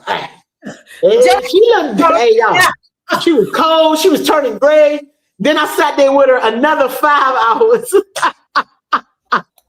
She went to the bathroom. People was coming in here to visit. And she was stinking. I didn't give a fuck. I don't smell no shit. I'm fine. I asked them too. I asked the nurse, could y'all clean my mother? They was like, oh, they're going to do all that at the morgue. And I'm like, yeah. You're like, damn, wait a minute. Hold on. The morgue. But let me show you this. Yeah. Let me show you this. I think your audience will be able to handle this. She was the prettiest person I have ever seen, y'all. Let me show you this lady. Whew. My mama probably like, don't start that. Don't you start that. I understand. I really understand. Sis, how they gonna leave us and not teach us everything but how to live without them? Yeah, how about that? I think the good thing with my father, me and my father and my sisters were estranged for a long time. We saw him all the time, but we didn't have a good relationship. But 7 years ago, my brother and my sister died, and my father came around, and me, him, and my remaining sisters, we all became close again. And for the last 7 years, we've enjoyed a great relationship with one another. So when my dad died, of course it was sad, but we were happy just to have had that relationship. Yeah, that moment. Yeah. Look at my mom, and I don't want to. Why is this doing this? Hey, y'all, I'm doing too much, ain't I? I'll be doing too much. This is why my siblings hate me, young. I be doing too much. Good, because this is actually part of grieving as well. And you know what? You know what my therapist told me? I stopped going to her because she told me I shouldn't mess with this dude. He ended up being right. But that's not the point. Look at my mom in the casket. Wasn't she the prettiest thing ever? Yes. Yes. Oh my God. When everybody saw her, me and my best friend, we gave her like the SP, like we made her a little you know that she loved that era. Like the little Lola Falana or the Gatsby, yeah. The Gatsby era. So that's how but she looked so pretty in the cast. Like they had makeup on her. She never wore makeup. She was pretty enough never. She wasn't wore makeup.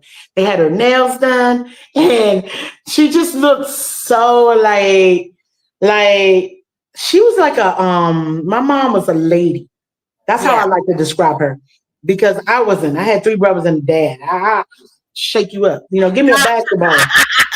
Give me a basketball. You know, my mom was like, my mom would be like, your knees, you're gonna mess up your knees. You're a lady. Like, come on, stop it. Like, she wanted a little girly girl so bad. But like, this was her. This was her.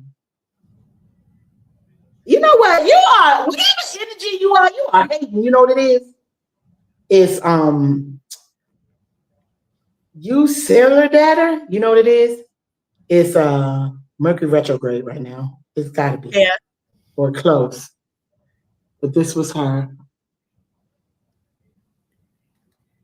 You see? She just looks like I love that. I love how you made her. I love that. I love that outfit. She looked beautiful. And in her casket, she was holding, I had made for my dad a locket of him in my mom's wedding picture. And I got 2 made. And when I say I held on to that thing, I got put out so many times in LA. I held on to that locket. I'm putting this in my mama's hand. My mama and my daddy got one in each of their hands, and it says together forever.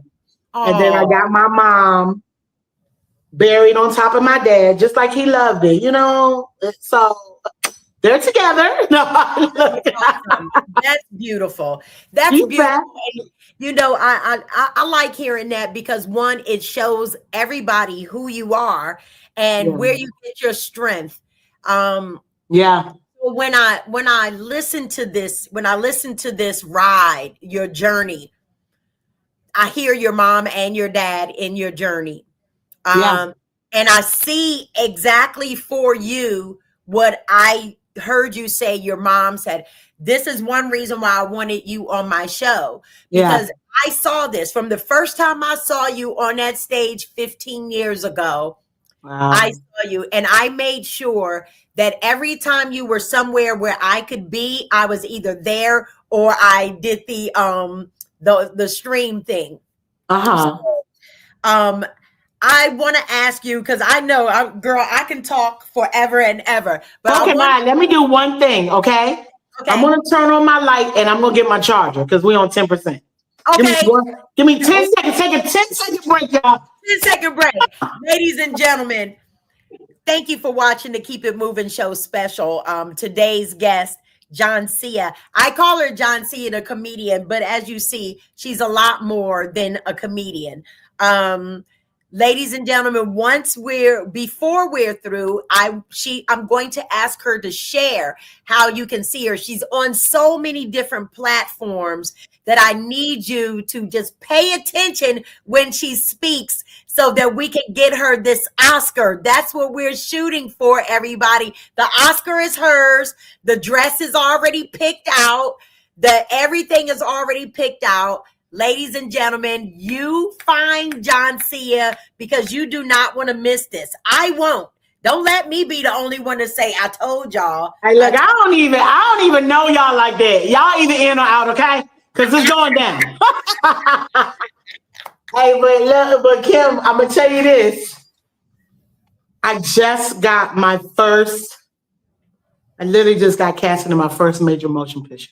Oh, come on! Joncea! Last week, remember when I was like, I need y'all to pray for me? Yes. I got 2 things. I got casted in my first major motion picture movie. It is a comedy. And very rarely do you win Academy Awards off a comedy, but it has been done. It can be done. That's right. Come on. Come on. All I know is somebody already kind of gave me. Hey. Hey, I can be arrogant. I just want everybody to know. I can be arrogant knowing how my life is going to go. But somebody already kind of hit me. Was like, ooh. That's why my mama be coming in my dreams like, stop being sad and wasting time. Oh. I told you what's going to happen. Like, stop it. Where everyone's going to die. So what? We're dying. That's what we do. I can hear her now. Well, she came in my dream the other day. And I was telling one of my friends, I can't believe my mama died. And me and my friend was standing there. And my mama said, well, believe it. Oh, and we just took off running. Oh my God. I said, she's like, get over it. That was in 23. September the 20th. And then y'all, California kept my mama's body. Oh, what do you mean? For a month and a half, because on her death certificate, it doesn't even say it has no reason how she died. They don't know how she died. They can't put their finger on it. Now, mind you, Kim, my mama had a heart attack, cancer 3 times. Wow. This lady coded and said, not to kill this lady, but this lady said, okay, I'm ready to go. Wow. Yeah, they can't find a reason because she said, I'm finished. Ain't no reason. Ain't no reason, weirdo. Ain't no way she did it. There's no reason. I can't imagine. I cannot imagine having to tell your kids and then really like, all right, y'all, deuces. Yeah. I told you. And I think, you know what? That to me, that's like the best way to go. I was just about to say, I ain't gonna hold you, and I'm not trying to one up none of y'all. But the way my mama went, how about that? How about that? The way my mama sat there was like, hey, finna go. Yeah. This gonna happen, that gonna happen, that gonna happen. Love you. Like, she wasn't sick or nothing. I was like, God, I can't even lie. I can't ask for a better way for one of the closest people in my life to go. That's right. How she did. Like, I can't be mad at her. I was looking at her in the casket like, damn, man, you look beautiful. You was serious. I can't even be angry. I was angry at a couple people. Like my brother, I was angry. I was angry. Like, I was even angry at my aunt when she passed. I was angry. Like, why would you do this? Like, I couldn't be mad at her because she told me. My aunt was dying on tweet. What are you doing? You not sick? Stop. Yeah. Like, I was angry, but this was. She prepared you, but not only did she prepare you, she laid out a map for you. Mm-hmm. All you got to do is follow what mommy said, just like I've been telling you from the beginning. Follow what mom said, and this is where you're going to end up. So either you have it, or either you believe it or you don't. That's one thing where you said when you have faith, it's either you do or you don't. There is no, well, you know what? I don't know because it's raining. No, either you have it or you don't. What the Bible say? You either gonna be hot or cold. Ain't no lukewarm. God don't play that. Ain't no in the middle. You trust me or not. That's right. And then if you don't, hey, look, I said it on my live earlier. If you don't trust God, if you don't trust him, then don't worry about it. He gonna wash his hands of you anyway. Don't worry about it. Yeah. Oh, you don't trust me? Bet. Okay. Yeah. Do what you do. For you. That's working for you. That's working for you. Okay. Do you? Now, I'll be right here when you're ready to trust me. How about that? And that's the great thing about that. That's the great thing. God don't play by me, and I don't play with him. I do not play. I be like, I'm sorry. I felt so bad for being depressed that long. But the second I got out of the depression, boom. That's when it started. And I will tell whoever's watching this, God ain't gonna meet you in that dark room. He's too powerful. Yeah. He's not meeting you in darkness. Now the Prince of Darkness will be there all day. Yeah. But God is not meeting you. The second you decide to get yourself together and come into the light, all your stored up blessings, I will give you stored up blessings. That's scripture. All of everything, God gonna meet you there. He not meeting you in your depression, so you got to figure out how to get out of that. And how you get now, I don't know who I'm talking to, is not gonna be alcohol in your way out. That's right. It's not gonna be feeding your way out. It's not gonna be smoking your way out, drugging your way out, That's right. effing your way out. Literally sleeping with every person your way out, male or female.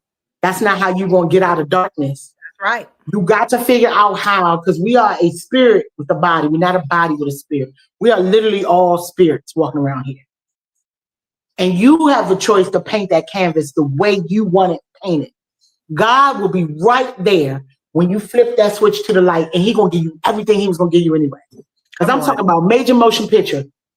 Book for Netflix is a joke fest. Y'all know they've been doing Netflix as a joke fest here for the last 3 years, and they never put me on it. Book for Netflix is a joke fest. Movie. Something else I can't even talk about yet. I just want to so bad. But I feel like more people than I think gonna watch this, so I can't. If it was just like, if I thought maybe you only had like 3 fans, I would snitch. But I'm saying right now, I feel like this might spread a little bit further. But like the second I decided, you know what, God, I got to get out of this depression.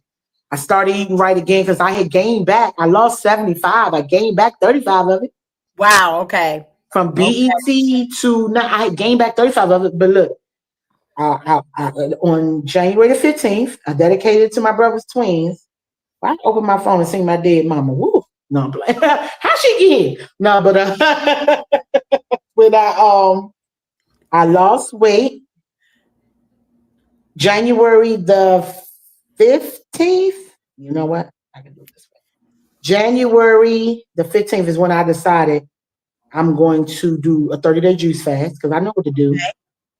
So January the 15th, this was how I was looking. I had gained this much weight back. Okay. This is me now. Yes. Let's so anybody that's watching this, I created a diet plan. It's simple.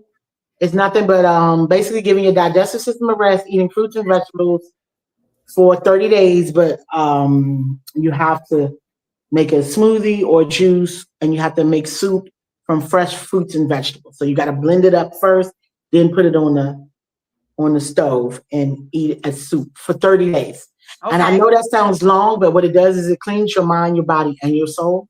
That's right. And gets you ready to eat right. Like that's right.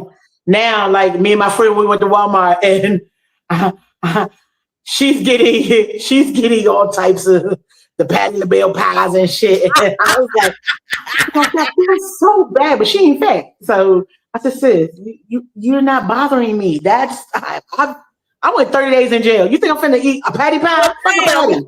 It's like a patty pie. Nigga, I'm good. Give me that orange. I'm on oranges. Like, nah.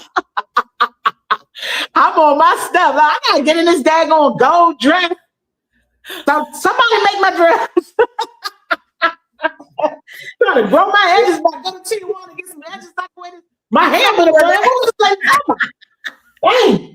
I'm using Baskin Lather. I'm trying to get them as a sponsor. Baskin Lather, get my edges. Yeah, Baskin Lather can't help this. I'm about to go get hair removed from the back, implanted in the front. Okay. No, not like Marlo from Real Housewives. Girl, she ended up having real black eyes and all kinds of stuff after that. I don't care. That only lasts a couple weeks. No. Like when people be getting their bodies done, them niggas be about to die after wish I wouldn't have did it. In about 7 weeks though. Wow. Yeah, they be like, ooh, yeah. Okay, Cardi.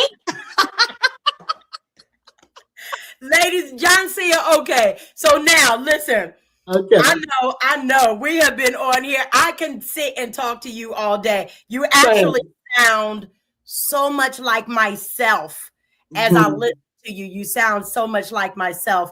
And now that I've spoken with you, listen, I remember the last time I saw you in person, you were at a show and you had a lady with you. I bought her book. a lady with you, and she was an older lady, and she had been working, I think, with Red Fox. Like she worked with a lot of people. Sylvia Traymore. Yes. I bought her book. And that was the last time I saw you in person. Okay. But the next time I see you in person, I can't wait because I just want to give you the biggest hug of all time. Always fly me to DC. Like, listen, I'm gonna be able to do that in 1 second. Like next week, I'm gonna be able to do that. I don't do that because my friend performing there on the 12th. I'll be there. See, I'm in my delusional state, so I know. I'm right there with you. You heard me? I was on the plane. I'm already on the plane. What you talking about? Look, I picked up the phone like, girl, I'm about to do the show with you. Yeah. Delusion is my game. What you talking about? God be like this. Who delusional today? Me? Can I have a convertible Mercedes? Sure. Thank you. I tell everyone, I promise. Can I swim in a swimming pool? Sure. Watch. Buy my bathing suits.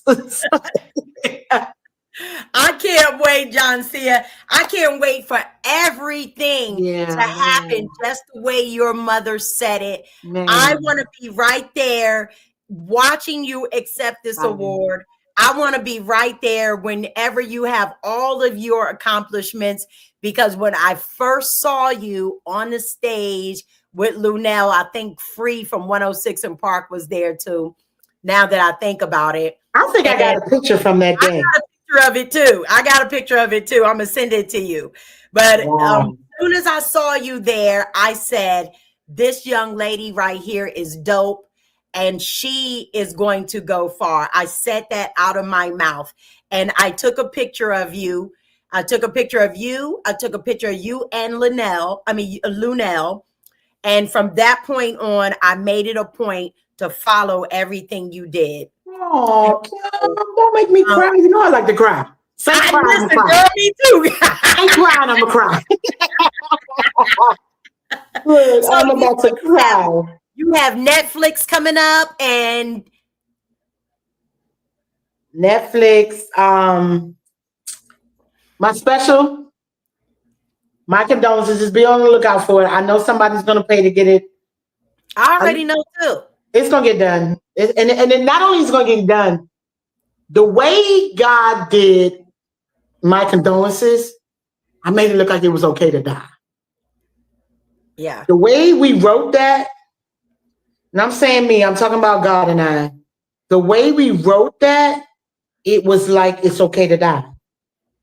And I'm looking for the picture of me and Lonel because I seen it the other day. It's just I the way I advertised it was, if anybody's feeling sad about a death, come. Mm-hmm. One of my friend's daughter committed suicide a couple of years. One of my friend's son had got shot. One of my friend's baby son had cancer. Like, it was, I had a little 4-year-old nephew that passed. Like, all of these people were there. And see, I had my jokes written about my mom, but I didn't know, depending on who came, I wrote jokes around them. Mm-hmm. Oh, look at Lunel. We look like, hell, I look like Lunel's daughter right here. That's I took that picture of you guys. Yep. You took this? Yep, I took that picture. This is it. And look at this. Oh my God. This one. Oh, I got that in my phone. Yep. Yes. That was my special. That it sure was. And I said, you know what? I was like, I am. That is a move. Yep. Yep. That was, this one was in 2018. And that one that you got was like, you say 2013? No, this one says 2011. Oh, come on. Joncea, come on. We're friends, girl. Oh. Yes. That joint I did in the blue was dope. But you know what? That show was dope, wasn't it? Yes, it was. It was. The footage of the cameraman was, the guy that was supposed to shoot that production did not show up. Oh. And I literally called my nephew and his friends who just had cameras Oh. and would do little videos. It was the worst. It That can't be was nice shown. stuff. It can't be shown. It's the worst. But the special was really good. Sylvia was on there. Yeah. It was really good. It was a really good special. And that was the special where I brought all the kids up.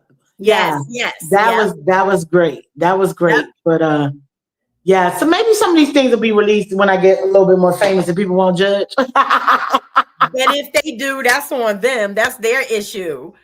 That's their issue. Listen, Because the whole time I'm just gonna be brushing my teeth with my with your unicorn toothbrush, your $10 unicorn toothbrush. now that I look at it though, I think it's for kids because the little bristle's small as a mug. I look at it. Dang, this joint gonna get enough plaque off of one tooth. I'm looking at it. I'm like, I think I should go back and get. I probably should have just stuck with the yellow one, just the plain yellow. Ladies and gentlemen, Joncea, I swear to God, I feel like we're just talking as friends, but I really appreciate you coming on my show, the Keep It Moving show special. And the one reason why I did this, because I want our people to look at how beautiful, how magnificent, how magical, how uplifting, how motivating that we are as a people. Yeah. And just because you don't see her with Will Smith doesn't mean she's not as dope as, well, let me take that back. Let me just keep it at that. So, ladies and gentlemen, I'm highlighting our sister Joncea today. I want you to check out her Netflix special that's coming up. I want you to check out her stand-up. My condolences. I forgot what the other one was called, the one where you had the blue on. Well, that's the one that we won't ever see because it was recorded with a hand. It was on some joke time recording, but we'll see it. She'll put it out one day. She'll put it out one day on YouTube where only I can watch it, and I watch it all the time. And I just look at how terrible it is. And I'm like, wow. Listen, we don't know because we was too busy laughing. We was having a good time, and my mom was right there in the front. Remember? That's right. Yeah. I asked my mom how much did she get paid to suck my father. I can't believe I said. I'm like, and my siblings are there. They're like, their faces like somehow another camera's caught like one of my brothers saying, they're like, hey, what are you saying? Yo, you wild. Like they always thought I was a little bit like, what the my mom is dying laugh. You hear me? Listen. My mom did not miss a show, y'all. When I was on that East Coast, I did comedy for 5 years. My mother did not come get me. She did not miss. She was such a fan. Yeah. And that's what I love because your mother got a chance to see, as you said, when you look back at her yearbook and saw who she was and saw that you had picked up where she left off, this is why she wanted to be there. She was like class president. I was class president. My mom was class president. My mother was only 5'2". When I looked at it and it said basketball team, I screenshot and started sending it to my siblings like, yo, did y'all know? They're like, I'm so mad she's not allowed. So I could be like, to the funniest person in our class. You better not let me find out you was a clown. You bet, boy. I looked at that yearbook. Drama. She was a whole. You wanted to be an actress, yo. You called me a clown. That's the only one. You just want to be a clown. No. Well, you think about it. Her mama might have said that to her. Ain't no might. I know my grandmother did. My grandmother was said it to her, lady. And so she did what her mama told her to. So when you were born, she did that. But when you made your own way, she said, that's right. I'm not going to do that to her because I wish I had followed my dreams. And that's exactly what I believe happened because my mama told me when I first moved here, And don't try to get me to move to California. I know you. I ain't lost a thing there. My family here. My mama here. She did the most. And then she came out there. And that taping that me and you in that picture with, I stayed with my mama. She walked to the bathroom and came back with she was walking with a walker, first of all. Why do you have a walker? But anyway, she walked with a walker. She came back breathing like she ran a marathon. I said, hey, Mom, I'm calling the ambulance. You're going to the hospital. She said, I ain't going to the hospital because she was a nurse. So, nurses and doctors, they don't go see nurses and doctors. They're fine. Man, I called 911. They came and got that lady. I made them take her to Inova. That's the best hospital to me out there. Girl, my mama had 19 blood clots in her left lung. This lady had been walking around for 6 months. He said, yeah, you had about 2 more weeks before you be dead. Ooh. That was 6 years before she died. And guess what? My mama went from the hospital to the plane. My siblings was like, well, what do you want me to do with her apartment? I don't give a all of y'all would see this lady or not. She got 19 blood. Nobody can see her walking like this. Oh, I got something on. She coming to Cali. Yeah. And I told her that. I said, hey, Mom. She's like, okay. She didn't even fight me because she knew. I said, no. She said, Joncea, if you ain't called up the hospital, like, dang. I said, I should not have had it. If I ain't shoot that special. Yeah. My mama would have died 6 years before. Yeah. Nah. I said, she went right on the plane. She was scared to get on a plane. She never been on a plane in her whole life. Until then. She moved here, yep. She moved here at 70 years old. And she passed away at 76. I love how you and her life turned out together. Yeah. You were her. You were her. And she got to watch you live her dreams that she probably put aside for her family. And so she got to watch that with you. So that was probably the most perfect ending that she could possibly ask for in her life. Yeah, because my brother told me I was a bully. You a bully for taking Mom. And I was like, y'all would have took care of her, believe me. How about that? I did not know my mom was the person she was till I was the only one. Yeah. Y'all gotta understand, my family is huge. So my mom, if she needed anything, she would just call one of us. One of the thousands. Yeah. Man, my mother was calling me, how you doing, beautiful? I need some shrimp. Yeah, I looked on the commercial and it's I want this. I want to try that burger. I was like, Mom, I'm upset. It's fine. I'll wait until I get offset. My mom don't have any money. Find some money. Someone has some money over there. Who the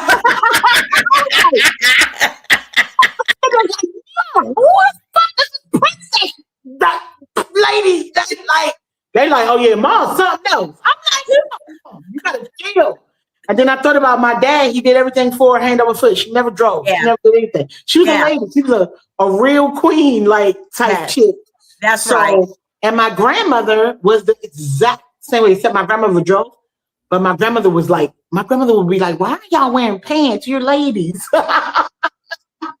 And now this is great. I mean, just the legacy from which you came. I love listening about that. And it shows all of us listening and watching you now how special you are and why they should pay more attention. And now I think, to me, after watching my super duper special, the Keep It Moving show special, which I'm getting ready to be bigger than any special out there. Absolutely. We can watch when you get your award. I want you to come back to the Keep It Moving show special. And so let's do this, Kim. Okay. So I already have my Oscar party planned. Okay. Okay. Why don't you set up your show in the corner of the Oscar party? When I come in, they could be recording everything or whatever, and I sit down and I talk with you. That sounds like the most perfect thing. Because this show is going to be so huge anyway. Yeah. And I can't wait until, because clearly you're going to have your own talk show. So, clearly. clearly the show is going to be so huge, and your podcast and all of that. It's already big now. It's But already, listen. set it on up at the Oscar party. It's probably going to be next year. So set it on up at the Oscar party because, it takes them a while to edit movies and things. Yes. Yeah, set it on up at the Oscar party. And yeah, we'll talk about it. I'm going to stop what I'm doing and I'm going to sit down on the couch for a good 10 minutes. Okay, good. Because there's a party going on. I'll take 10. That's right. I'll take 10. And I'm going to hold the Oscar.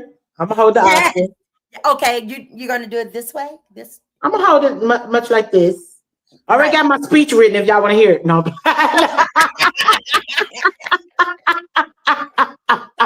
Ladies and gentlemen,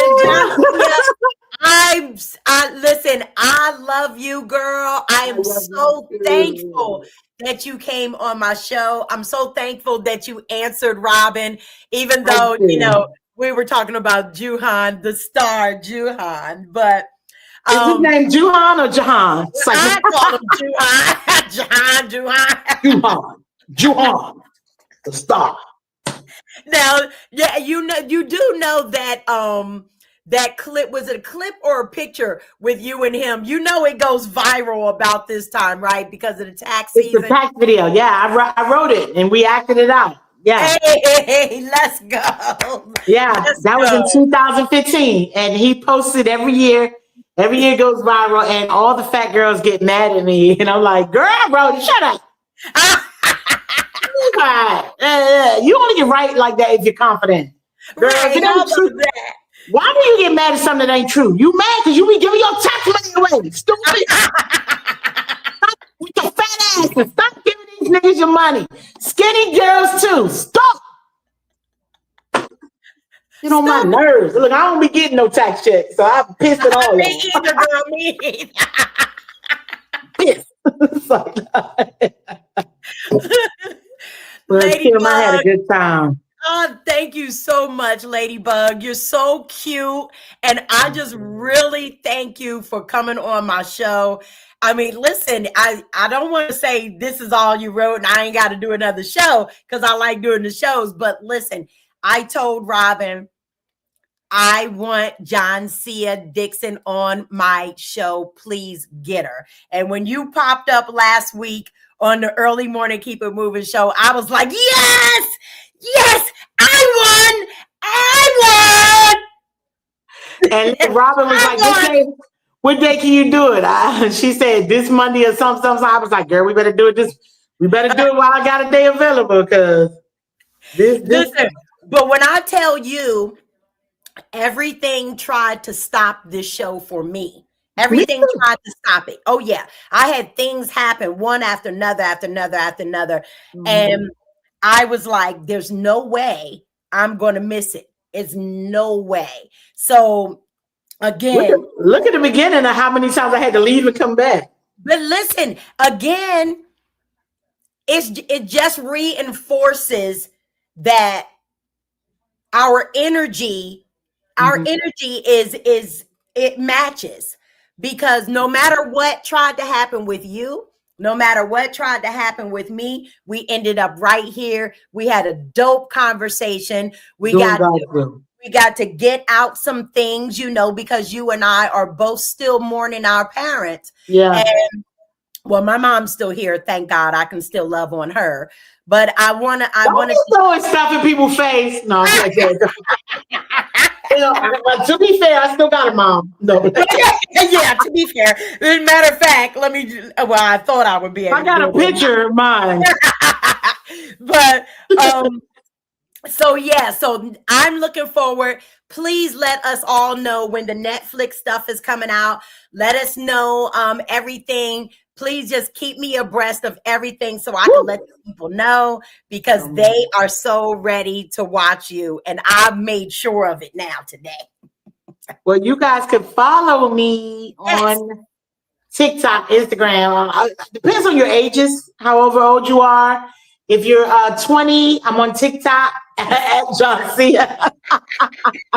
If you're 30, I'm on Instagram at Joncea_. If you're 40, I'm on Facebook, 40, 50, 60. I'm on Facebook. I'm on Black Planet. I'm still on. Oh, damn, you still on there? You still got your MySpace page? And if you are Kim's mom, there's pictures of me. Kim has those. I can tell you. You know, oh, wait. Oh, dag nabbit. I thought I was going to try to get them on here. But I appreciate you, girl. You are loved by me and now my people. And I appreciate you so much for taking time out. Thank you, Kim. Thank you so much. Joncea. Everybody, Joncea Dixon. And I got one thing to leave your people. Yes, please. One, always be kind. Do your best to be kind. Two, remember that homeless person just might be God. So take a double take a deep breath, and reach in and maybe feed them or give them a couple of dollars. And three, love yourself. Because when you are loving yourself, you are loving God. That's right. Come on. And be your most delusional self. Make a list of things that seem impossible. And read that list like Santa Claus. Check it twice. Hey, look, over and over. That's be right. the most delusional, and I promise you it will get you as close to the ultimate God. That's what I want to leave with y'all. I think that's what all of us are waiting on, just to be closer. That's it. We're just looking for God everywhere we go. That's right. Thank So you, Ladybug. I appreciate you so much. I appreciate you too. That 2 hours felt like 20 minutes. I know, girl. Let's do another one. 20 minutes. I'm on next Monday. No, I'm playing. So today, Kim, let me tell you what Rashid did. No, I'm playing. All your other rates gonna be like 40%, 110%. We gotta see what happened with Joncea and James last week. I love it. I love it. Too, girl. Well, I can't wait till you visit LA. I can't wait till you visit the mansion. I can't wait. Bring your swimsuit because it's a big old infinity pool. Bring your appetite because I'm cooking. Yes. We're gonna have a good time. We are gonna have a good time. It's gonna be like a grand opening. I don't even know. It's gonna be a good time. Listen, you already know I'm in the house, Joncea. Yes. Thank you. Hey. Yes. Bring Robin too. I need Robin. Listen, she ain't gonna listen. She's gonna be right there. Robin be on her stuff. I'm finna have Robin on my team.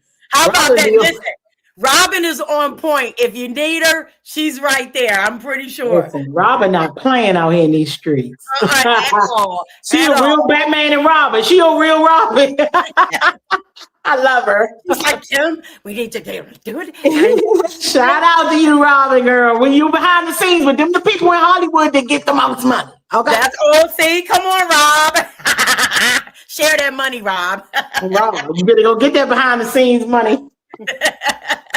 This is sponsored by Magical Unicorns. How about that? Thank you, girl. I love you. I love you, Kim. I will see you guys next time. Yes. Thank you so much. Sis, I feel so much better. It was a lot going on today. Absolutely. I love you. Love you. Ladies and gentlemen, Joncea Dixon. Yes. I'll talk to you soon. Yes, I look forward to it. All right, girlfriend. Oh, man. See y'all later. Ladies and gentlemen, thank you so much for tuning in. That was Joncea Dixon. I told you, people that motivate me, people that uplift me, people that inspire me. I want to put them in a position that maybe it could do the same for you. So again, I do appreciate everybody for coming on. And don't forget, next Monday night, we will have Riff. Hey, you know them guys from the Lean On Me movie, Fairy Side. But anyway, I thank you guys for coming on. And don't forget, Monday morning, the Keep It Moving show right here, 6:15 a.m. I appreciate you guys. I love you guys. And thank you again. Hey, let's go. Oh, listen to my theme song. Listen to my theme song. Hey, hey, go.